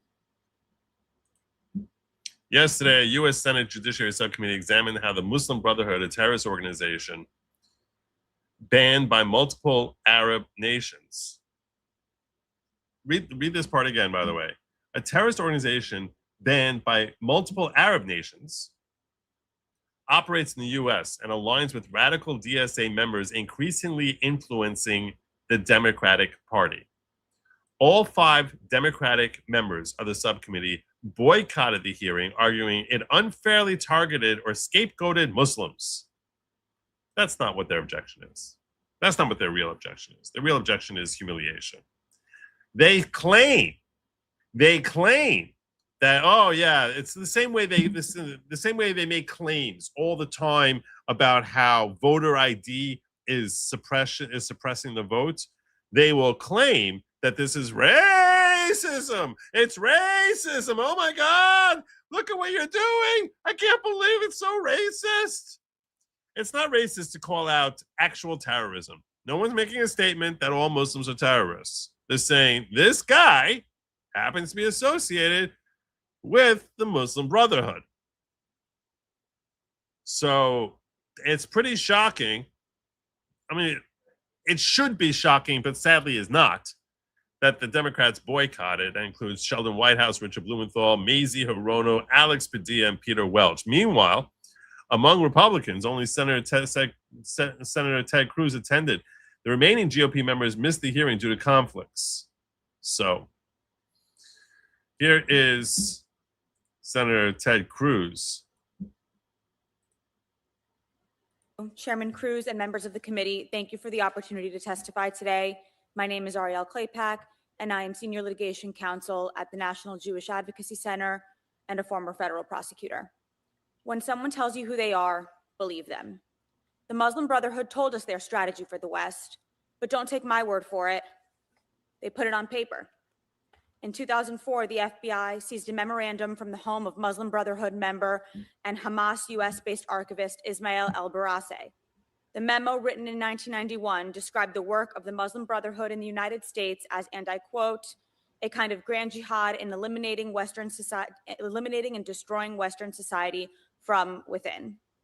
In 1993, after the announcement of the Oslo Peace Accords, a peace agreement between the Israelis and the Palestinians, Muslim Brotherhood and Hamas members met in Philadelphia to discuss their plan to thwart the agreement. The FBI wiretapped the meeting, where the participants suggested the creation of a neutral-sounding organization for the purpose of deceiving Americans. That organization is the Council on American Islamic Relations, or CAIR. 35 years later, their plan is working just as designed. Yeah, CAIR is an organization which works very hard to present themselves as being humanitarian, but they are very strongly tied to terrorist organizations.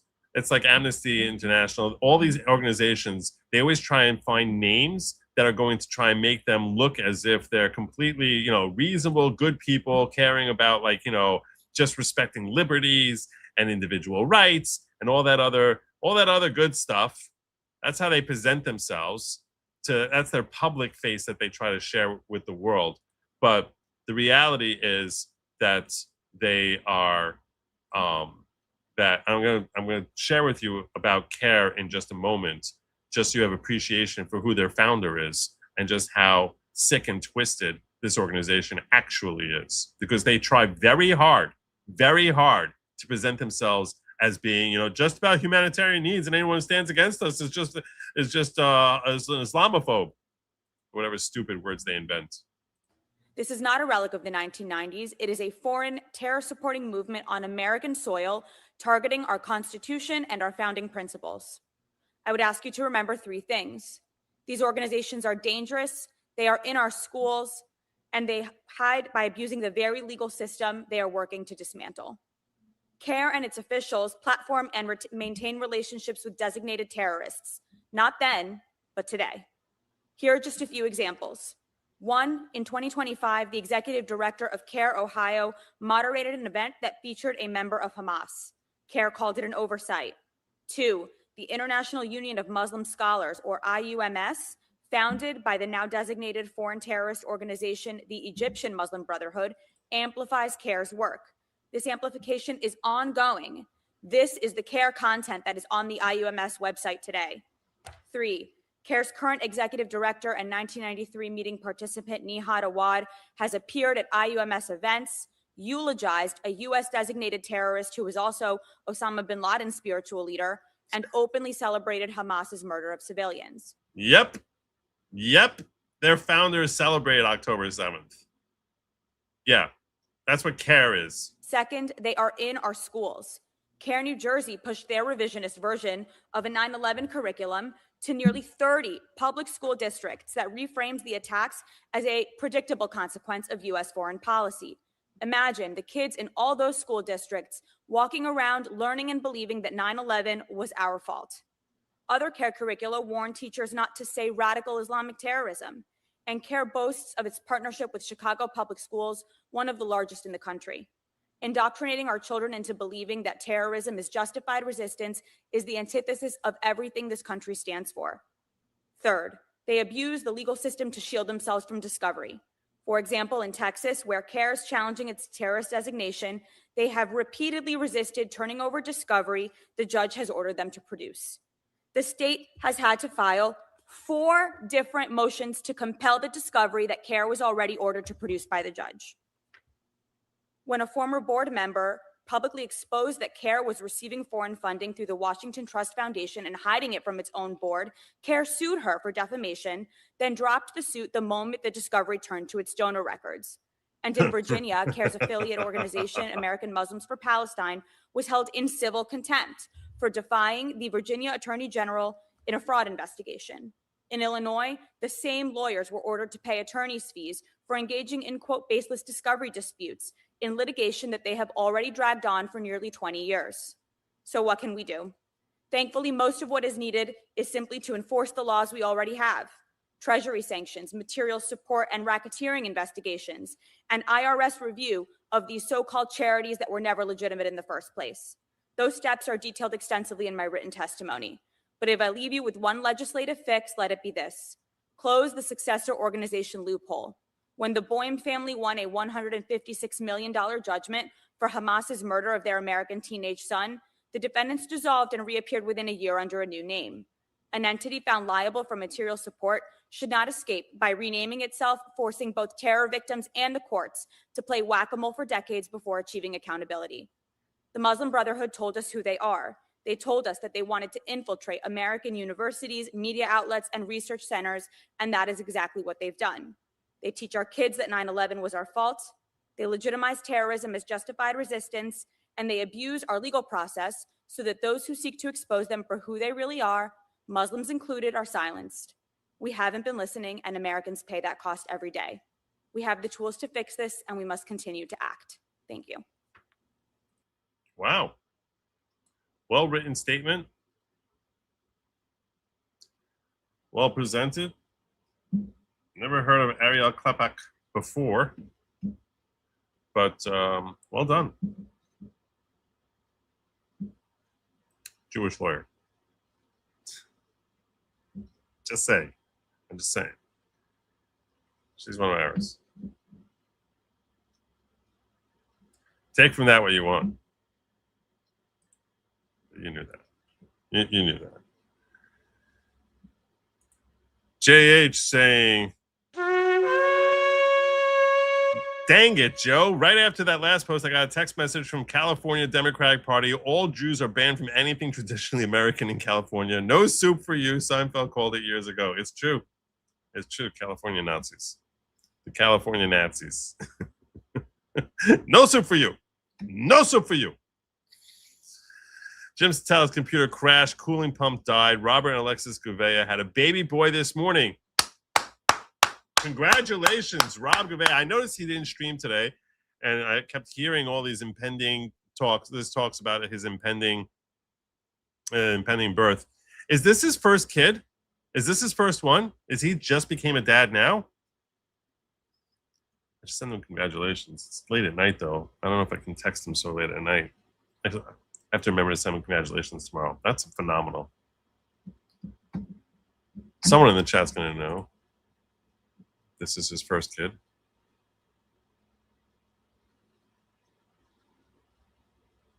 Congratulations. Yes, it is his first child. Wow. Well, Rob, I don't know if you're ever going to see this, but congratulations. That's amazing.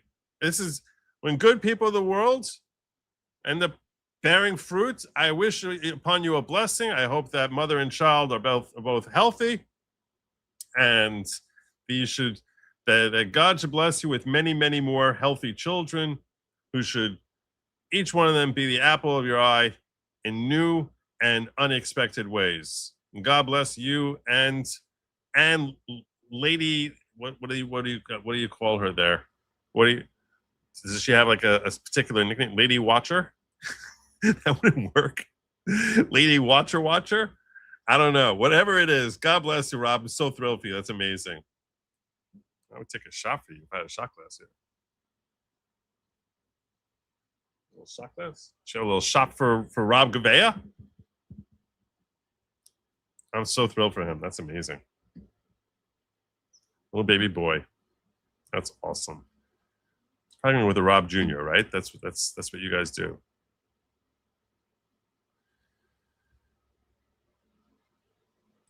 Anyway, I hope Jim is able to make it back in here. I don't know if he's going to be able to or not. Let me see if he texted me.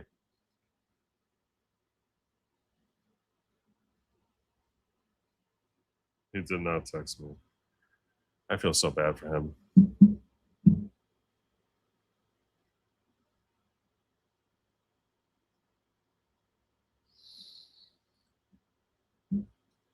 Let me see what you DM'd me here.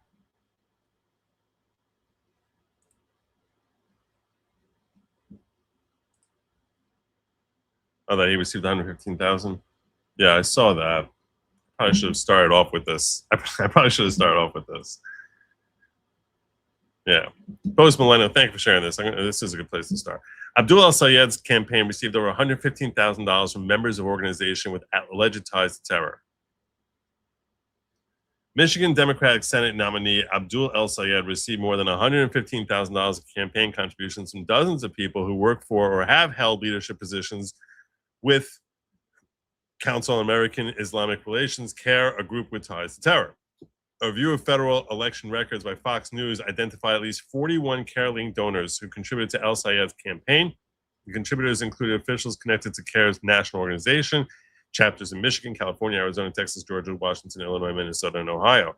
Among the donors were CARE National Board Chairs Manal Fakuri, National Board Treasurer A.S. Abdin, National Vice Chair Ahmad Saba, and CARE Michigan Board Member Jukaku Tayeb, who is also El-Sayed's father-in-law. Tayeb has reportedly been a major financial supporter for the super PAC backing El-Sayed and was a member of the funding committee of the Islamic Society of North America, an organization previously scrutinized over alleged Hamas and Muslim Brotherhood connections. CARE Michigan board member Muzammil Ahmed contributed $11,000, according to a report, $11,600. Other donors included CARE California Governance Board Chair Assad Traina, Treasurer Rubina Alvi, and board member Atef Ibrahim and Dina Ezzedine. CARE National Executive Director Nihad you gave me this article just to see me pronounce these. I know it. Nihad Ahmed also contributed under the name Nahad Hamad. Awad faced widespread condemnation after saying he was happy following Hamas's October 7, 2023 terrorist attack against Israel. The Biden administration previously cut ties with the group, but not this guy. El-Sayed's relationship with CARE extends beyond campaign donations. He appeared at a CARE event in 2022 and was paid for speaking engagement during which he criticized Oklahoma's prohibition on Sharia law and compared to the Trail of Tears. God. Like dramatic much? Trail of Tears, if you're unfamiliar with it, is a reference to the Cherokees, that they were marched across several states when they were forced to relocate in the middle of the 19th century, which saw they spent months traveling and saw hundreds or thousands of them drop dead along the way because the American army basically marched them out to Oklahoma. It's called the Trail of Tears because so many people died. You might wonder how I know that off the top of my head. If you're wondering, I'll share the story with you when I finish up here, if someone reminds me. But where I wrote a book report called My Own Trail of Tears. That was in 3rd grade. CARE describes itself as Muslim civil rights organization and denies maintaining ties to Hamas terrorism and the Muslim Brotherhood. However, the organization was listed by the Justice Department as an unindicted co-conspirator during the 2007 Holy Land Foundation terrorism financing case. 5 Holy Land Foundation officials were later convicted of funneling more than $12 million to Hamas. A federal court found ample evidence connecting the organization to Hamas. CARE's founders, Omar Ahmed and Ahwad, were also members of the Muslim Brotherhood's Palestine Committee, which a George Washington University program on extremism reported described as part of the US-based Hamas infrastructure. So yeah, it's Hamas under a different name. That's what CARE is, in case you're wondering. CARE officials have also repeatedly drawn criticism over statements surrounding Hamas's October 7th massacre. Zahra Bilou, executive director of CARE's San Francisco Bay Area office, posted, "We are witnessing decolonization on the day Hamas terrorists killed approximately 1,200 people in Israel." That's decolonization. Butchering civilians is decolonization. She later referred to slain Hamas leader Ismail Haniyeh as a martyr. CARE California CEO Hussam Aylush has compared Israel to Nazi Germany and stated that Israel should be attacked. Ahmad remarks about being happy to see Palestinians break out of Gaza ultimately led to Biden administration to remove CARE from its national anti-Semitism strategy initiative. You think so? They distributed more than $4 million in subgrants to 39 organizations, including approximately 185,000 to California chapters of the Muslim American Society. They're very big. They're very, very big. George Washington University program on extremism has identified MAS as a Brotherhood legacy group in the United States. CARE California also distributed $30,000 to the Islamic Society of Orange County, which previously hosted Sheikh Omar Abdel Rahman, the blind sheikh, later convicted of seditious conspiracy following the 1993 World Trade Center bombing. So the list goes on and on here. On and on.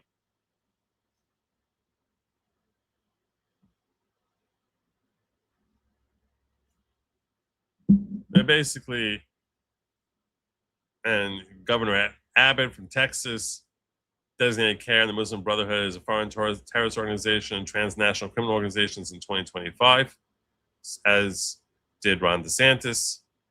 UAE designates CARE a terrorist organization. Maybe they're Islamophobes also, the UAE. The UAE also, they're Islamophobes. Retarded. Just sickening. It's so sickening. I gotta tell you something. I am so sickened by this constant ignoring of reality by Democrats. There's like this desperation to ignore reality in every realm. In every realm, there's this desperate reframing of words, reframing of narratives, continual exercise in denying reality. They are purveyors of fiction. They are satanic. Okay? Satan's whole thing is deception. That is all they are about. that CARE is a humanitarian organization, or that men can become women, or that a fetus is a clump of cells. I am so tired of the reframing from these jackasses who have all they care about is whatever it is that with their own personal needs, without actually looking outside as to the ramifications of the radically destructive policies that they're advocating for. It's horrific. I'm so angry at these people. I'm reaching a point. I struggle to give any quarter at all. Like you have to either be blindingly stupid or complicit at a certain point. Blindingly stupid or complicit.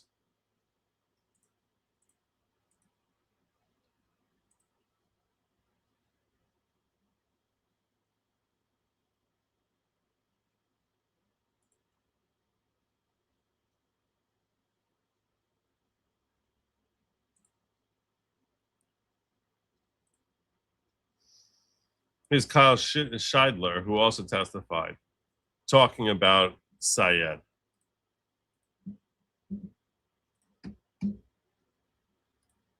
Does Abdul El-Sayed's candidacy for senator in Michigan concern you? This guy's some counterterrorism. Does. Why is that? Well, to begin with, I look at the connections that his father-in-law, Chakaku Tayyib, has to Brotherhood-linked groups. This includes being the president at one time of CARE Michigan, also his presence on the Islamic Society of North America Founders Committee, which is only for those most exclusively devoted to ISNA and provides significant amounts of funding. There are other known Brotherhood members on that committee. I would also look at El-Sayed's ties to a group called Mgage, which purports to be a Muslim sort of get out the vote or candidate recruitment organization, but it has close ties to CARE. It was created by a former CARE member who at one time was on a terror watch list and was also a consultant to convicted terrorist Samuel Arian.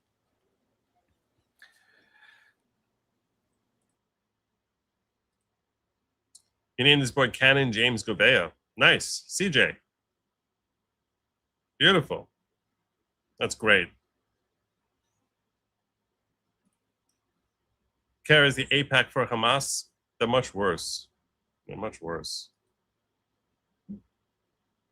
They have like literal terrorists. part of what they do. They're much worse. I understand the analogy, but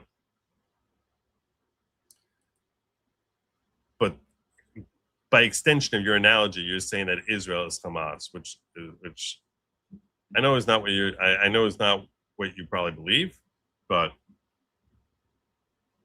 yeah. Do you believe the Islamic Society of North America, or ISNA, is an ongoing part of the Muslim Brotherhood network in the United States? Yes, sir, I do. There were some HLF documents that reflected hesitation by the Brotherhood that they thought perhaps they were losing control of ISNA at one point, but they appear to have rectified that. As far as I can tell, there are still individuals associated with the Muslim Brotherhood who are in high leadership positions with that organization, and they have never repudiated their ties to the organization. And the reason, look, normally I look at these Senate committee hearings with a very jaundiced eye, where I am skeptical that it's anything more than a dog and pony show, because that's what it is, ultimately, with rare exceptions. So you might ask yourself, Joe, this is like 2 Senate committee hearings in the last 2 weeks that you've pointed our attention to. Well, the first one was Fauci, and specifically, I was fixating on him pleading the Fifth because I thought that was delicious. And seeing him get lambasted was all the more delicious. And this, I think, is important because this guy is not a senator yet. He's a candidate. And I think having this dog and pony show is an important thing for people to become alerted to, A, what CARE is, what the Muslim Brotherhood is, and just what a dangerous presence they are in America, and that this guy's close ties to them should be something that invalidates him from consideration to be a senator for Michigan. And hopefully Michiganders, is that what they call themselves? Michiganders? Michiganites? I don't know. Well, hopefully they are, or enough of a percentage of them are alerted to this because of the dog and pony show that Ted Cruz is putting on here.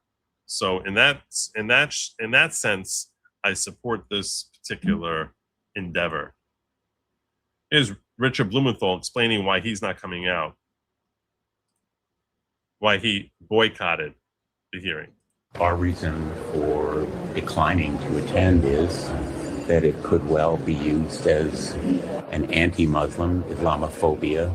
You're a jackass. You're an it could be used. You're a jackass. So you should never call out any terrorist activity because that could be used for Islamophobia. You're an utter and complete total jackass. You're a waste of human space. God help your soul. You're a disgusting, awful, terrible, decrepit old man. It could be used. It could be used. You jackass. There's no word. I'm just going to pause and point this out, okay? Islamophobe is a made-up word that doesn't make any sense at all. In case you're wondering why they call everything a phobe, I haven't mentioned this in a minute, so I'm going to mention this right now, okay? It started with homophobia. Why is it called homophobia? Why do they call it that? That word is a lie. The word homophobia is a lie, a purposeful lie. You've probably used the word many times yourself. I'm sure you've heard it thousands of times by now. Homophobia, homophobia, homophobia. That word is a lie. What is the lie? Because phobia is from the Greek derivation for the word fear, like arachnophobia, all these different phobias. Are people afraid of homosexuals? No. That is not the point to the term homophobia. The point to the term homophobia is that the only reason is meant to imply the only reason you would be anti-homosexual is because you have a phobia about homosexuality. What is your phobia about homosexuality? It is that you have a fear. You are manifesting, you are making evident and presenting to the world your fear of your own homosexuality, and that's just being displayed by your hostility against homosexuality. So they are trying to pervade the notion that anyone who is against homosexuality is in fact really just displaying that they themselves have homosexual tendencies that they haven't come to terms with. That is the lie. That is the ridiculous, twisted, backward, nonsensical lie behind the term homophobia. But now that you understand that lie and how it's part of a particular agenda to try and present a notion on a subconscious level that everyone has some sort of homosexual tendency, which is utter crap. But once they created that and successfully coined that term, now anytime instead of saying anti-X, anti-trans, they call it phobia. They call it, so that's why they call this Islamophobia. It's not designed to say you're afraid of Muslims, that they're going to come harm you. No. What the hell is it supposed to mean? It's just like, well, everyone knows that we're using this instead of saying anti. Why are you picking that? It's got more syllables. Anti is shorter than phobia.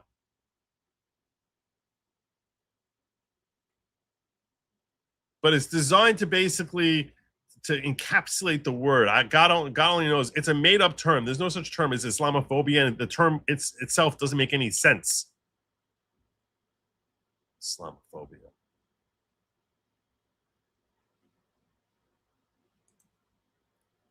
This jackass here pretending that this might cause anti-Muslim sentiment.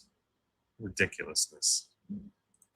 Kind of show trial, in effect. The Muslim Brotherhood's a big issue, but it's not a federal court issue. Senator Cruz asked. Not a federal court issue. What the hell? What does that have to do with federal courts? What are you talking about? An expert from the Center for Security Policy about the Muslim Brotherhood's alleged ties with political groups, such as the Democratic Socialists of America. Would you agree that this alliance between the Muslim Brotherhood and the DSA, otherwise known as the Red-Green Alliance, is based on a shared hatred of America? And I would go further as to say it's also united around a revolutionary objective advocating for the overthrow of the U.S. Constitution. 100%. Scheidler testified about and that's why it's so consistent with DSA. Of course they're supporting DSA. Why the hell would they not support DSA? DSA has as its charter, we want to overthrow the American, we want to radically overthrow and change the American government into something completely foreign from what our founders gifted us as our legacy. That's what these people are all about. Abdul El-Sayed's primary victory in Michigan, raising concerns because of his father-in-law's past leadership roles in groups the expert described as Brotherhood linked. One expert warned this issue cannot be ignored just because it is politically uncomfortable. What the heck is that? What is this?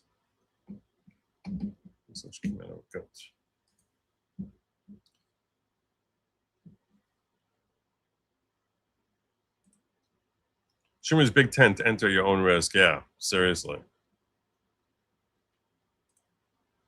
I have agoraphobia. It's real. It's awful. Yeah. And by the way, that's what phobia is meant to imply. That's what real phobia is. When it's real phobia, it's like terribly afraid. It's like, you know, you can't handle being around it. It's just so aggravating. Clifford Barnes, Joe, I have a word for, I've worked all over the world. The word Islamophobia should be replaced with the phrase common sense. Hear, hear. Amen. Amen.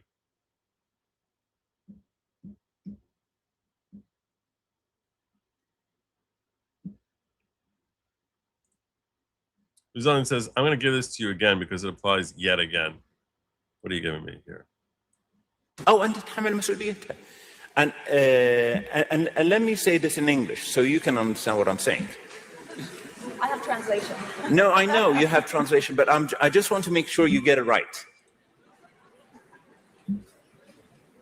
There will come a day that we will see far more radical extremists and terrorists coming out of Europe because of lack of decision-making, trying to be politically correct, or assuming that they know the Middle East and they know Islam and they know the others far better than we do. And I'm sorry, but that's pure ignorance. Well said. Great clip. Thank you, Azalian.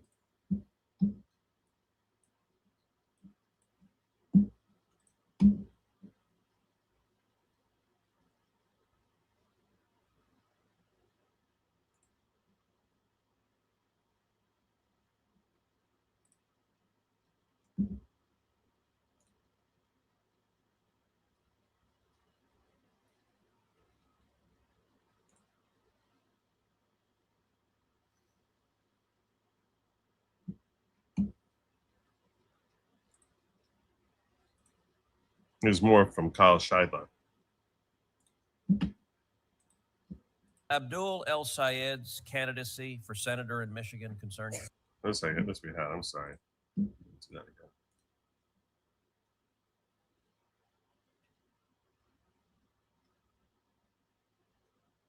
again. That's also the same. I think I can wrap this up over here.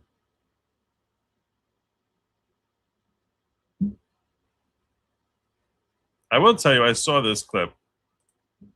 I don't know what to do with the song, my song now, because I said I was going to play it.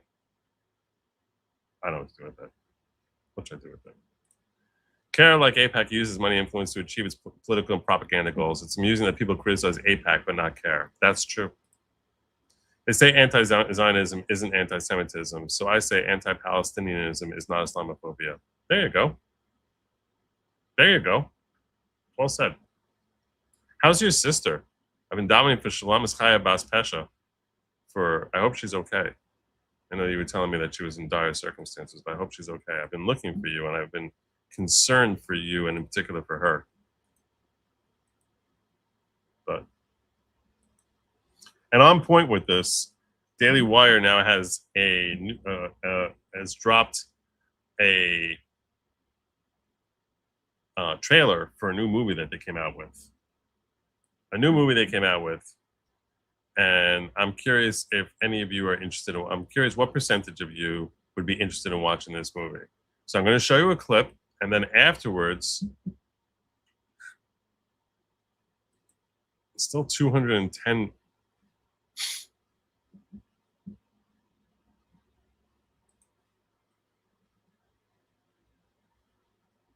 Maybe I'll save this on for next week when he comes back. Maybe that's a good idea, in case he doesn't see anything.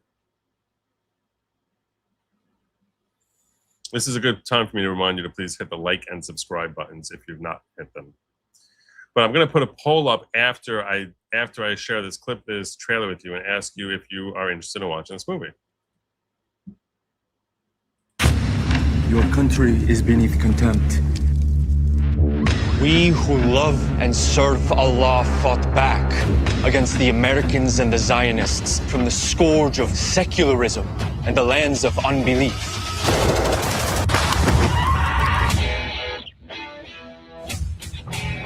Anyone gonna listen to Captain Saunders tomorrow? The retired Delta Force soldier with a new book out. He's the polar opposite of those brain-dead protesters. Given the current climate, should Clay Saunders even be allowed on campus? Mr. Saunders is a close personal friend of Chancellor Friedman. This is a decision I cannot frown. There are three ways Islam will conquer the West. Through immigration, through the wombs of our women, and by using our nation's freedoms against us. Are you paying attention?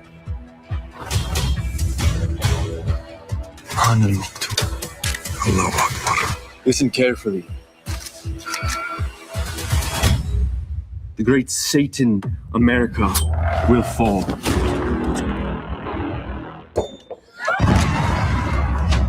You are infidels. The bodies of women are not pure, and the men's souls are unclean. What makes them so dangerous? Their goals are not in this life, but the next. Hey, what? I got friends here. I can't just leave. Listen to me. Illallah. We cannot run or hide from what is coming. We have to fight. I will be rewarded 10,000 times in the next life. When you die, you're nothing. Only one way to find out. That's the American way.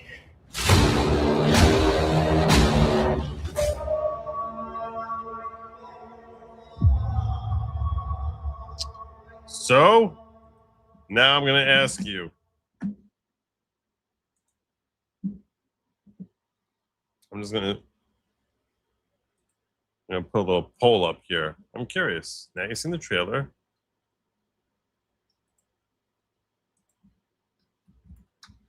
Are you interested in watching Run, Hide, Fight Infidels?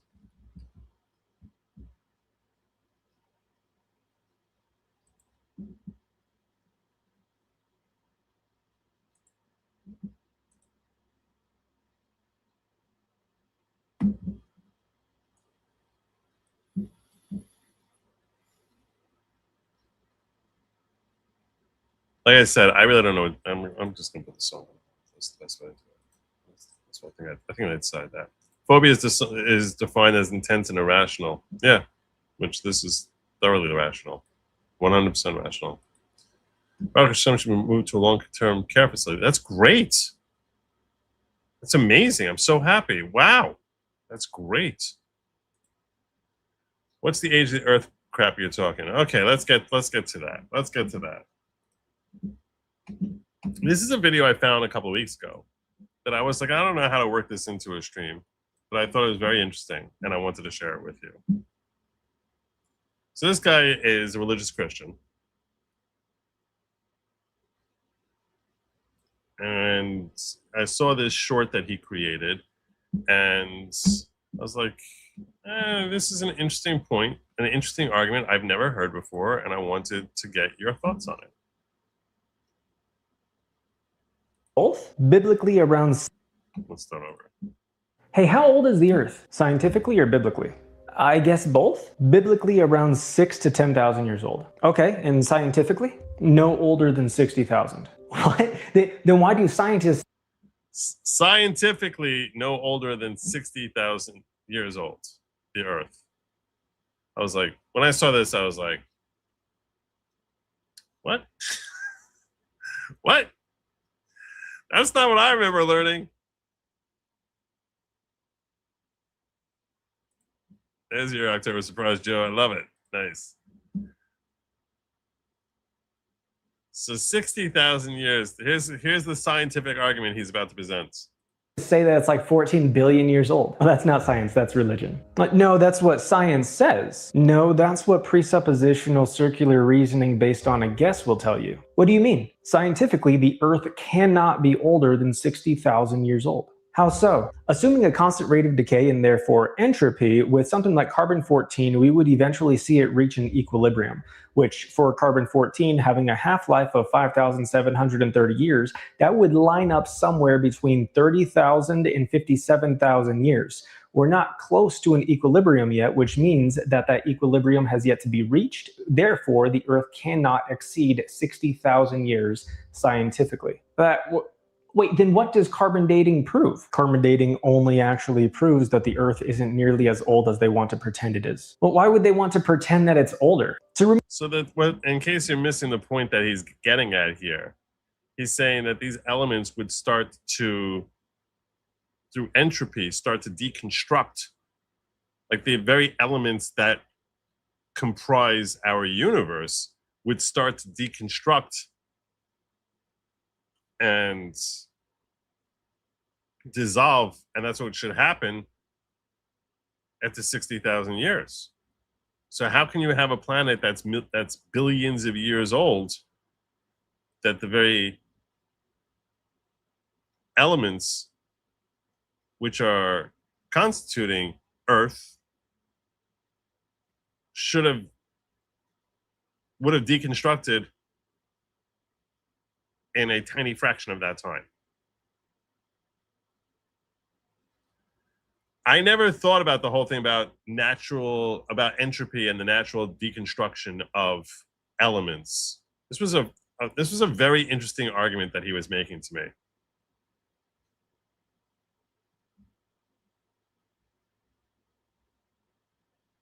Remove God from the equation.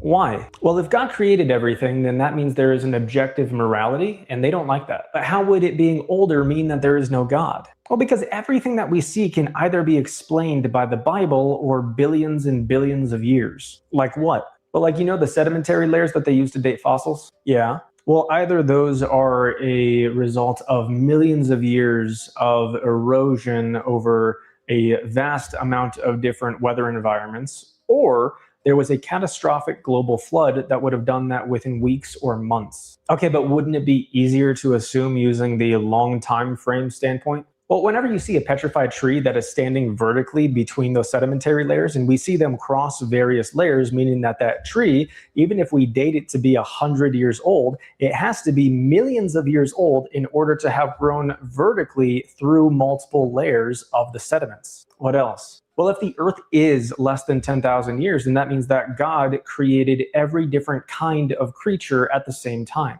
And in opposition to that, evolution, which would require billions of years and require that the law of entropy does not exist. How so? Because entropy is a proven law. It is the second law of thermodynamics. And that means that everything will decay, that it will get worse over time, which is the exact opposite of evolution, which says that everything will somehow get bigger, better, smarter, brighter as a result of death. So it really isn't scientific to claim that the Earth is billions of years old. No, it's very religious, but they try to view their science from the perspective of that religion, while at the same time trying to pretend that it's not a religion.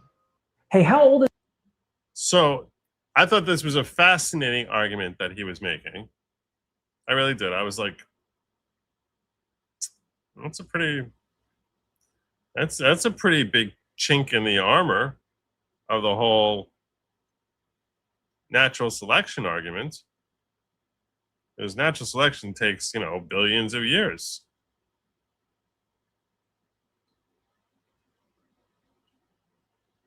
And this is something I never thought about before. The carbons would dematerialize. Hydrogen, oxygen, they would all start to decay.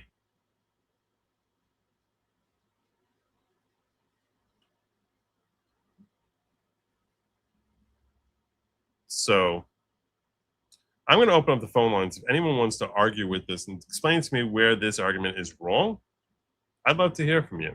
Because I don't want to present arguments that are deeply flawed. So I'd love to hear from you.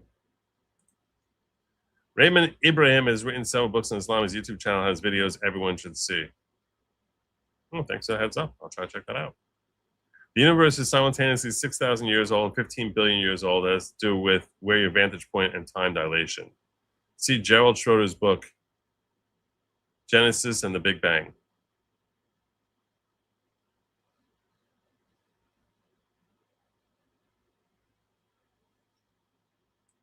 Okay.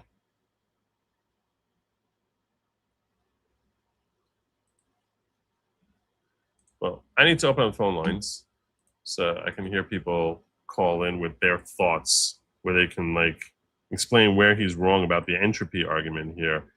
So I'm going to be opening up the phone lines now. The number to call in is 972-454-0703. 972-454-0703. I'm signing in right now.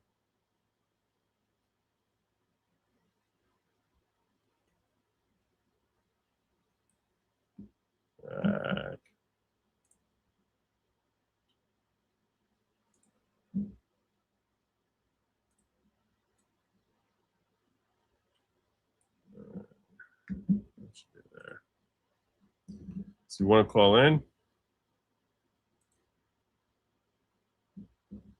Feel free to ring me. I haven't done this in a few weeks, maybe even like a month. It's been a minute. I think July 9th is the last time I did this. So we're almost at a full month since I had to call in. But it feels appropriate. So 972-454-0703. Radioactive decay never reaches equilibrium. BS. I don't know what that means, Heisenberg. Joe, you can do a watch party on Rumble, a Saturday stream. Rumble doesn't care when you rebroadcast. And they allow Rumble rants. There's no Joe like Saturday Joe. Make it happen. You're using terms that I am unfamiliar with. I do not know what these terms even mean. A watch party on Rumble, a Saturday stream. I can't work on Saturdays. I don't even want to make money from Saturdays. Saturday stream, Rumble doesn't care when you rebroadcast, and they allow Rumble rants. There's no Joe like a Saturday Joe. Make it happen. You're saying like play an old show on Saturdays? Is that what you're trying to say? There's a concept of part of Sabbath observance is a concept of not leading people to misbelieve that you're violating the Sabbath. So for that reason alone, I probably wouldn't. Even if there was a way for me to set it up beforehand, I probably wouldn't do it. Call from Heisenberg. Oh, here we go. I said I don't know what you're talking about, and he calls in. Heisenberg. Howdy, Joe. How you doing, brother? I'm doing pretty good. Good. You're saying BS entropy from the sun creates temporary order. What does that mean? Well, basically, the sun started out before you go in, because you're sounding very scientific-y on me here. What type of do you have formal education in the sciences, particular? I'm a mechanical engineer. Okay. And in thermodynamics, we studied entropy. Okay, cool. So I will assume that you understand this better than I do. So first and foremost, before we go further, tell me if you think that video is BS or it's true. It seems like BS. Like they're kind of like making leaps. I don't know, like the detailed science of carbon dating and such. But if it was that obviously wrong, then everybody would realize that and they wouldn't use it. You're saying it's too significantly destructive. It's like a nuclear bomb to the entire theory, which means that if the theory is still out there this long, it cannot possibly actually be accurate. How could carbon dating not work if, like, they have places where they can date things, right? And you can go back, 1,000 years, 2,000 years, and the approximate time that the civilization existed, and you can date it, and it'll match up, right? Like even recorded history, right? And so you can keep plotting backwards in time and see what the carbon should be going backwards in time. Well, he made reference to carbon dating getting a little screwed up by there being a giant flood, which is an argument I've heard many times before, that if you take the story of the flood literally, which I personally do, but if you take the story of the flood literally, in that case, that what we I think it's literal. I think it was literally a flood. I agree with that, but I don't think it was messed up by a flood. I mean, were things contaminated potentially? Sure. What I'm saying is, like, the flood, just so you can understand, if you actually track the time for when the flood starts until they actually leave the ark, it's exactly 1 solar year. Like, that's how long. So the water, so basically the entire Earth being underwater for a full year. It's not just like a big flood and then everything's gone. Like, for it to evaporate and start like, like actually. So that's what I'm saying is it's under. I have a different take on the flood, which is that it was a massive rise in sea levels, like 80 feet within like a few weeks or something. Okay. And it basically flooded everybody. And so there's kind of a myth around it where like everybody died, but the people that were up high in the mountains or at higher altitudes survived. But all the coastal cities flooded due to the melting of like a big ice dam broke in Canada is the theory that I've heard. Okay, so but either way, I mean, so I don't know if that plays into the whole carbon dating thing, but you seem to be a little bit unsure as to how carbon dating works. So what point are you trying to make here specifically? I cut you off, but Oh, okay. Well, first of all, entropy. So entropy is kind of a weird thing, but basically, and so this is not like a new thing. Like, this is a common creationist type of argument that you can't get order from chaos. But what they're neglecting is the actual entropy so basically the sun is fusing hydrogen into helium, right? And when it does that, it loses mass and it creates more disorder per se. And that's what entropy is supposed to be, disorder. So it's losing like the order of just being all hydrogen in the sun, and it's going to helium and into other elements. And it's losing mass, and that creates all the energy. And that energy is piped to the earth, to the sunlight, right? And that sunlight creates the order, the temporary order on earth, where things can grow and benefit from that energy that they're receiving. As it comes into the earth and it goes through the atmosphere, it loses, the entropy increases more, it gets scattered. So basically, entropy is always increasing. That's the rule, the second law of thermodynamics. And so entropy is always increasing, creating further disorder. Yeah. Okay. So things start out more ordered, and so like the common way to describe in school is if you happen to have all of the gas molecules in a box stuck in one corner, and you just release them into a box, they would eventually fill out the entire box and be like even in equilibrium. If you can imagine, like release. Imagine you have a box being equilibrium. Imagine. Well, that's the term. I mean, I know equilibrium. No. I'm sorry. It's not equilibrium. it would be common density throughout the box, right? You start out with everything in one corner. If you release them, the molecules are moving, right? And then they would bounce around the box till they fill the entire box. So that would be an example of increase in entropy, where you have more disorder. You had order, they were piled up at the corner of the box. And I know this is kind of esoteric or whatever, it may not really. It's a hard thing to get. Let me start with this question, okay? Let me start it's like how do you unexplode a firework, right?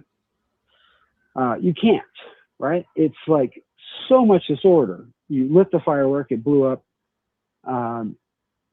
But you can imagine it going forward. You can understand that, the entropy greatly increased when the firework exploded and all the things went everywhere, right? But you can't put it back. You can't run it backwards.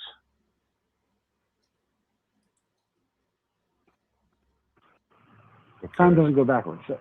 Okay, I have no idea if you're agreeing or disagreeing with the video at this point. Oh, I'm disagreeing because the sun is what's creating. So the sun is creating temporary order on Earth by providing a fuel for life and order to come to Earth. Well, okay, let me just start with this. Hold on a second.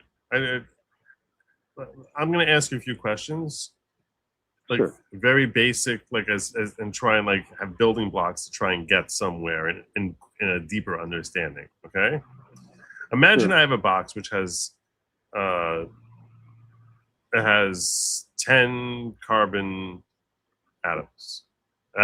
molecules, right? Atoms, right? It'd be atoms. It'd be atoms, yeah. It has 10 carbon atoms, and it's sitting, and they're in this box, okay? Whatever state it's in, let's assume it's in a solid state, okay? So you have 10 carbon atoms in a solid state. And I take this box, and I put it in the corner of my room for 1 billion years. Do you think that they will naturally start to disintegrate through entropy, and that in 1 billion years when I open that box, those atoms will look exactly the same as when I put them in? Or do you think that they will be moderately different or vastly different in some way? So carbon-14 is radioactive and it will decay and split apart, but carbon-12 will be stable. Carbon-12 will be stable. So I don't know the difference between carbon. I don't know what carbon-14 versus carbon-12 is. Well, it's like, I just know carbon. I just know from the periodic table that I studied in 10th grade that there's the big C there is the 14, and I think that's the 14th one. An isotope has different number of neutrons, but the same number of protons and electrons. So I believe carbon has 8. I think. Wait, no. 12. I thought on the periodic table. I can try and pull up the periodic table here. I can't remember off the top of my head. I thought it was 14 carbon. Let me pull up a periodic table here. I can't remember off the top of my head how many. But carbon it's saying is 6. I see carbon is 6. 6. Okay, yeah. So it has 6.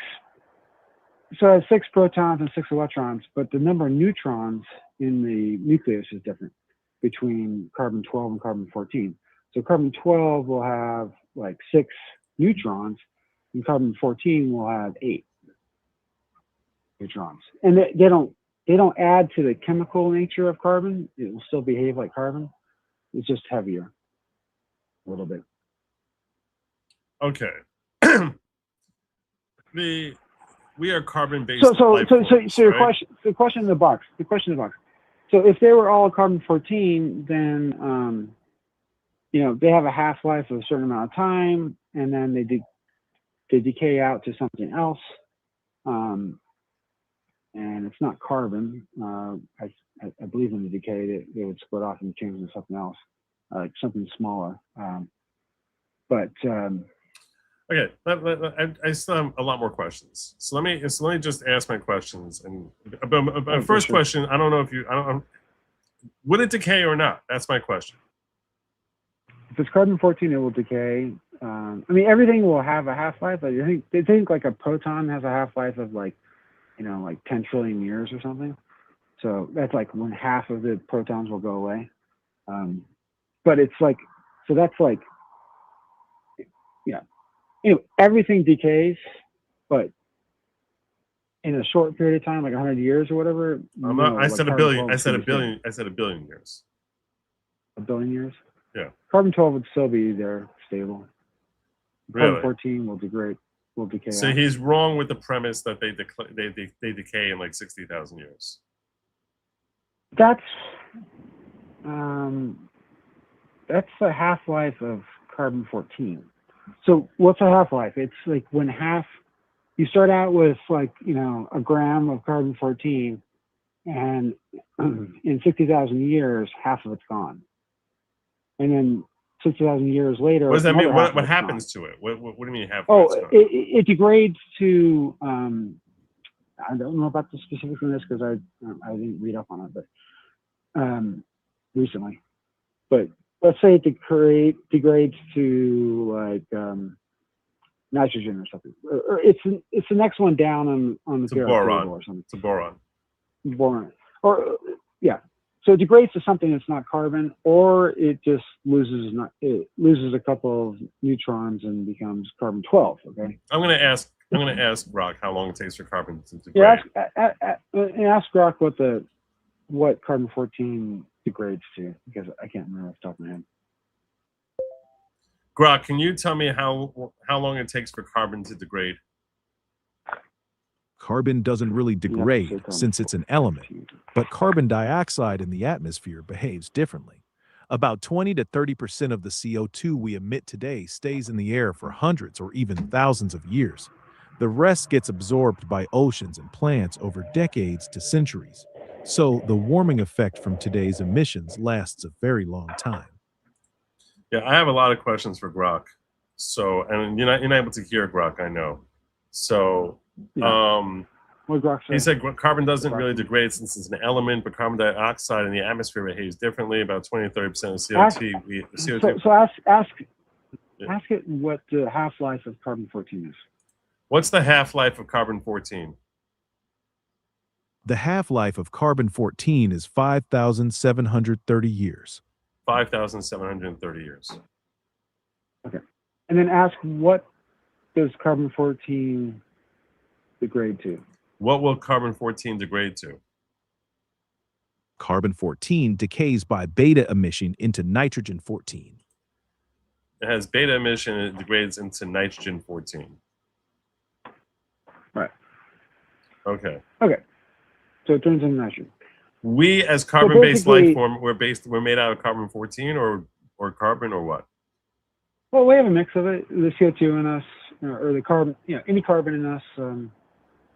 It's a mix of. So then, how would carbon-based life form be around for more than for so many for millions of years? So what's the half-life of carbon-12? How's that correct? What's the half-life of carbon-12? Carbon-12 is stable and doesn't decay. It has no half-life. He's saying it's stable and doesn't decay. It has no half-life. See? So everything, all the 14 goes away, and you just have 12. And what they do for the test is they measure the ratio between 12 and 14. And 14 is constantly being made, I believe, by like the sun or something. Where does carbon-14 come from, Grok? Carbon-14 is produced in the upper atmosphere when cosmic rays hit nitrogen atoms. He's saying it's produced in the upper atmosphere when cosmic rays hit nitrogen atoms. Right. I'm gonna hang up on you. I'm gonna ask Grok a whole bunch of questions here on this, because now okay. I'm gonna basically present the argument as best I can to Grok and see what he says about this whole argument. All right, brother? Yeah.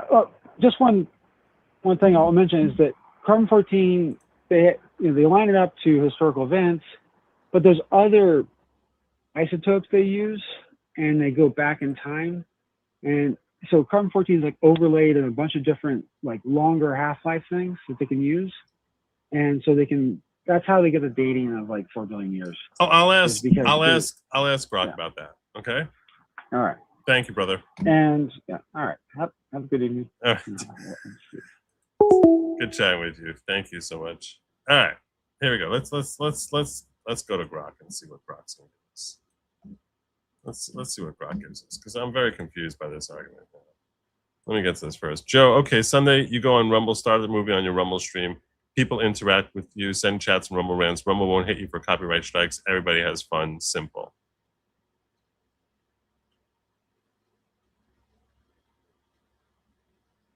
Saying don't do a regular show, just watch a movie. Is that what you're trying to say, brother?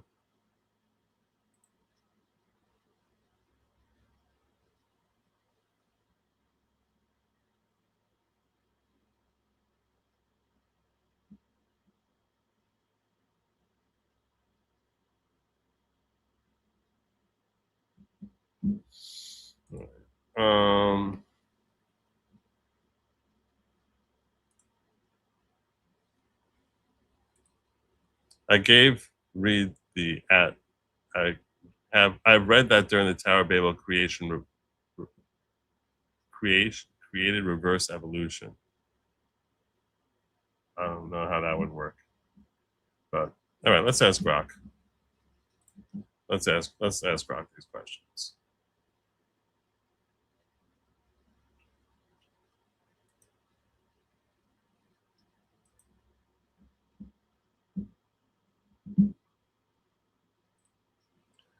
Grok, I watched a short video and it gave me all sorts of questions that I'm hoping you can help me answer. I'm happy to help. Fire away with your questions. The essence of the argument is that because of entropy, the elements that comprise our universe would decay and could not be more than 70,000 years old based on the second law of thermodynamics. That argument misapplies entropy. The second law says entropy increases in an isolated system, not that everything decays or has a fixed short lifespan. Earth isn't isolated. It constantly receives energy from the sun, which allows local order to increase, like with living things or crystal formation. Radioactive decay, such as carbon-14 to nitrogen, is a nuclear process, not thermodynamic entropy. Geological evidence like ancient rocks and ice cores shows Earth is far older than 70,000 years. Well, let's just put aside the geological evidence for a moment and explain to me how it is that whatever elements are comprised in the sun that are shooting their way over to us by hook or by crook are able to subsist for billions of years if the very elements that are within the sun should be decaying. The sun's hydrogen fuses into helium under extreme pressure and heat. It's not entropy breaking things down, it's nuclear fusion building heavier elements and releasing energy.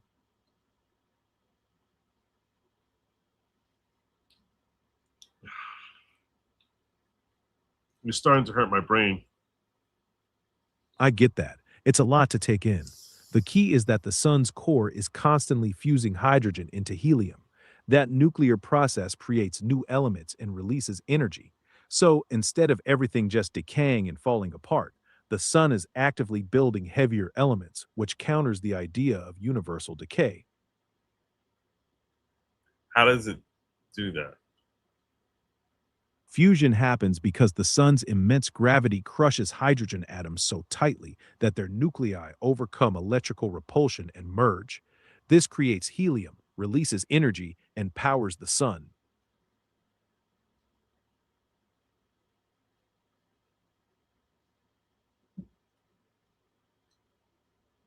All right, walk me through it like I'm 5 years old.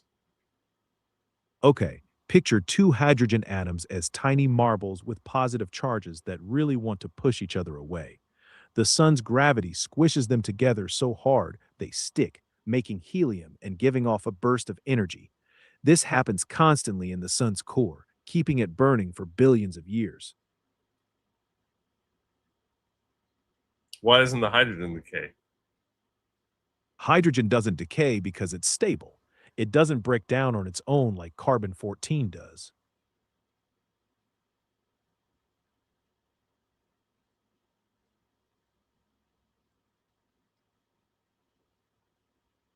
So there are new infusions of carbon-14 into the atmosphere regularly from the sun, and that's how it is that we have carbon-14, even though carbon-14 has a half-life of only 5,700 years? Yes, that's exactly right. Cosmic rays from space constantly create new carbon-14 in the upper atmosphere by hitting nitrogen atoms. This production balances the decay, so there's a steady amount of carbon-14 in the air. That's why we can use carbon dating. Living things keep absorbing this carbon-14, and when they die, the clock starts as it decays. Well, how does carbon dating work? In the atmosphere, cosmic rays create carbon-14. Living things constantly exchange carbon with the air, so they have the same carbon-14 ratio. When something dies, it stops exchanging, and carbon-14 decays.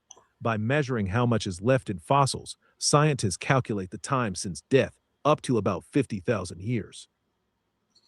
Well, then how can they say that there was dinosaurs a million or billion years ago, whatever period they say, if all of the carbon-14 should have eroded? You're right that carbon-14 dating doesn't work for dinosaurs. Its half-life is 5,700 years, so after about 50,000 years, it's all gone. For older things like dinosaurs, scientists use other methods. For example, they date volcanic ash layers around dinosaur bones with potassium-argon dating, which has a much longer half-life. What elements are those bones made out of? Dinosaur bones are mainly calcium phosphate, like our teeth and bones. Over millions of years, minerals replace the original material, turning them into rock.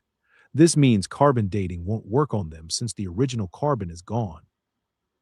So you're saying that all of these dinosaur fossils have now turned to rock? Yes, most dinosaur fossils are rock. The original bone is replaced by minerals, so they're petrified. Scientists still call them fossils, even though the original bone is gone.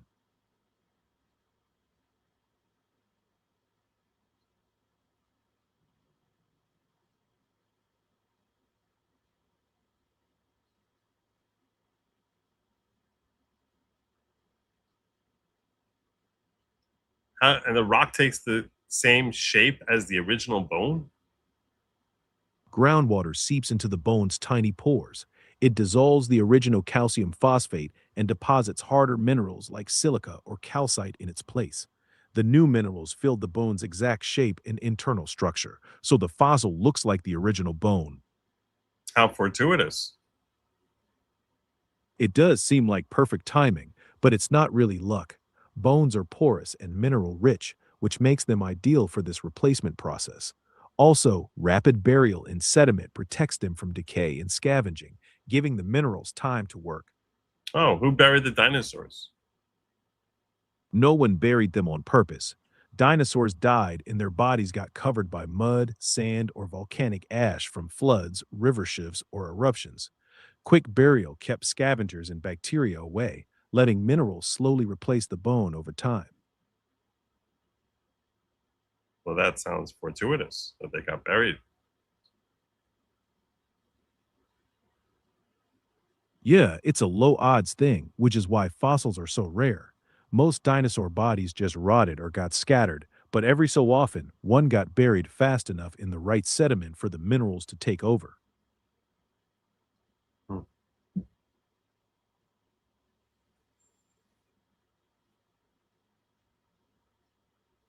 So carbon-based life forms only exist because we get carbon-14 from the atmosphere, which then somehow makes its way down to Earth, and then that helps sustain life as we know it.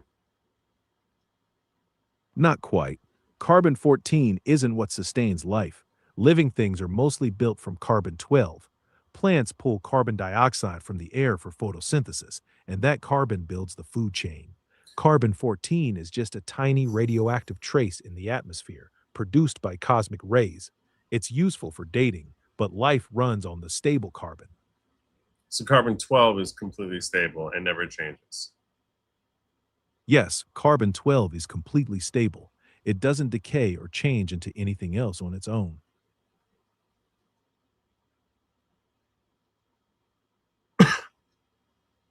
How does it do that?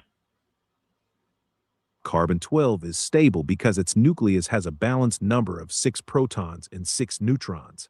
This makes it very tightly bound and resistant to breaking apart on its own.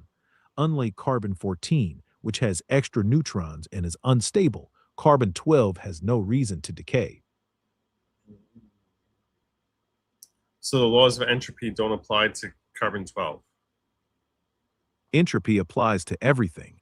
Carbon-12 is stable and doesn't decay because its nucleus is tightly bound. But entropy is about energy spreading out, not individual atoms breaking down.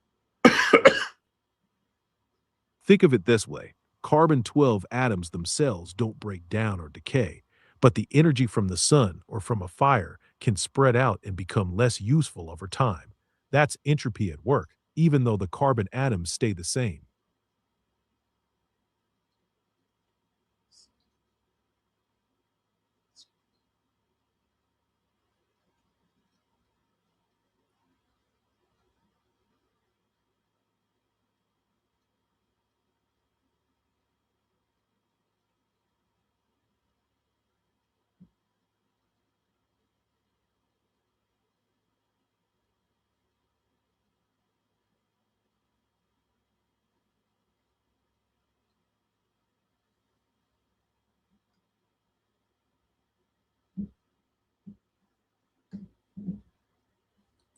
What I wish I could do is that I could take the transcript of what that guy's video says, throw it in here, and ask it to like refute directly. Let me see what you guys are saying. Ask Grok how carbon dating works, Joe. I think we did that. Yes, you play that movie you were talking about, and we talk about the movie on Rumble. Everybody happy, no copyright strikes. You can do this on YouTube. You can't do this on YouTube because they're bitches. What was the? I forgot to check in my poll on how that movie was looking.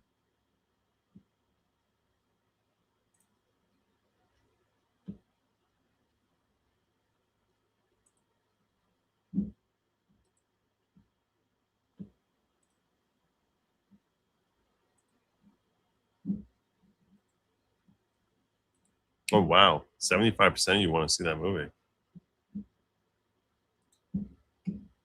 It's higher than I thought. I know you meant YouTube because I knew what you were saying, brother. Who cares how old Earth is? We are unique in the universe. God created with unbelievable imagination. No human can replicate, so it shouldn't be unimportant. Well, that's just begging the whole question. That's just begging the whole question. The point that Cars and Depth was making earlier, where he said the universe is simultaneously 6,000 years old and 15 billion years old,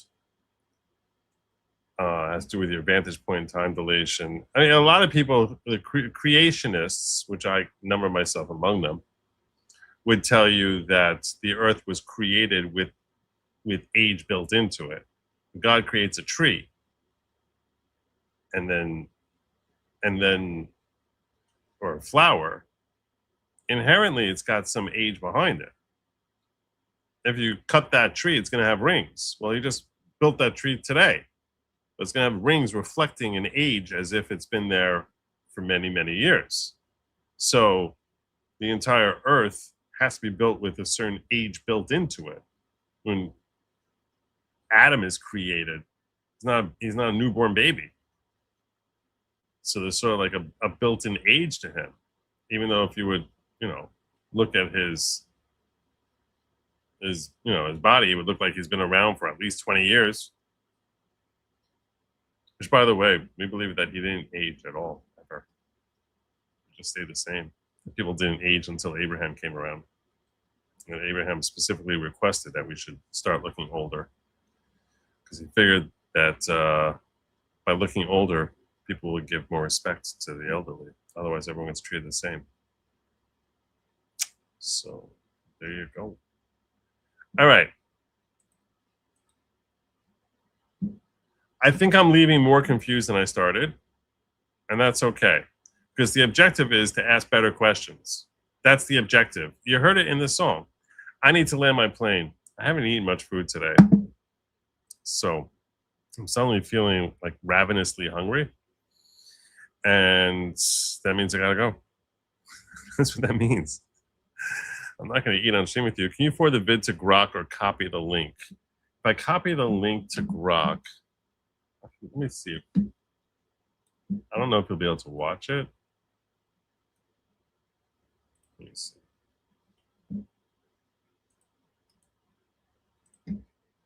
I'll give this one quick try. We'll see. I think it's a good suggestion from Nicole, so let's see. Grok, I'm going to share a link with you and ask you to watch this short video and then explain to me the argument and whether you think the argument is right or wrong, okay? Okay, I'm ready. Go. Got it. Let me check that out.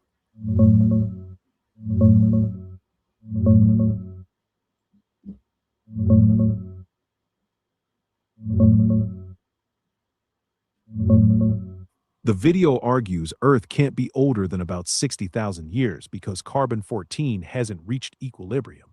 They claim this means decay hasn't been going on long enough, but carbon-14 is constantly produced in the atmosphere, so it does stay in equilibrium. The video also says evolution violates entropy because things supposedly get more complex, but entropy applies to closed systems, and Earth isn't closed since it gets energy from the sun. Which is remarkably close to what Heisenberg said. But my question for you then is, isn't that great fortune that the same levels of carbon-14 are coming in as are those which are eroding? It's not fortune, it's just how equilibrium works. Cosmic rays constantly produce carbon-14 at a steady rate. At the same time, it decays away at its fixed half-life. Over time, these two rates balance out, so the amount in the atmosphere stays constant.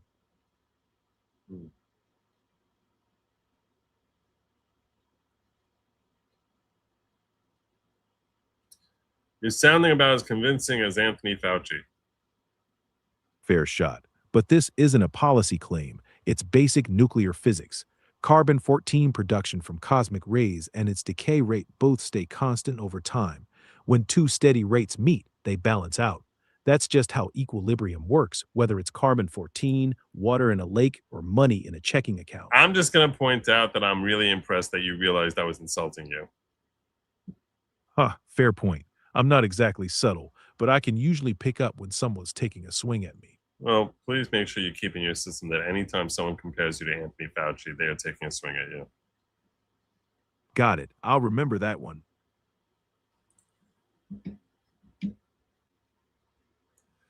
So it's finding its equilibrium by basically plucking it out of space, and that's filling in for the decay. That's how Grok explains the video. That was a good job there, Nicole. Great suggestion. That's our show for tonight. God willing, I'll be back here on Sunday or Monday, depending on whether or not I take J.H. Schwalbeck up on his suggestion. We'll see. We'll see what happens. We're going to see what happens. Maybe Sunday. Certainly by Monday, I hope to be back here. Until then, I hope you all have a phenomenal week, and make sure that if you're making barbecues or stuff like that, don't use lab meat. It was never meant for you. It's meant for they, them. It's meant for the Hassan Pikers of the world. It's true. It is. Oh, and do not eat the bugs. Don't do it. Good night. Godspeed.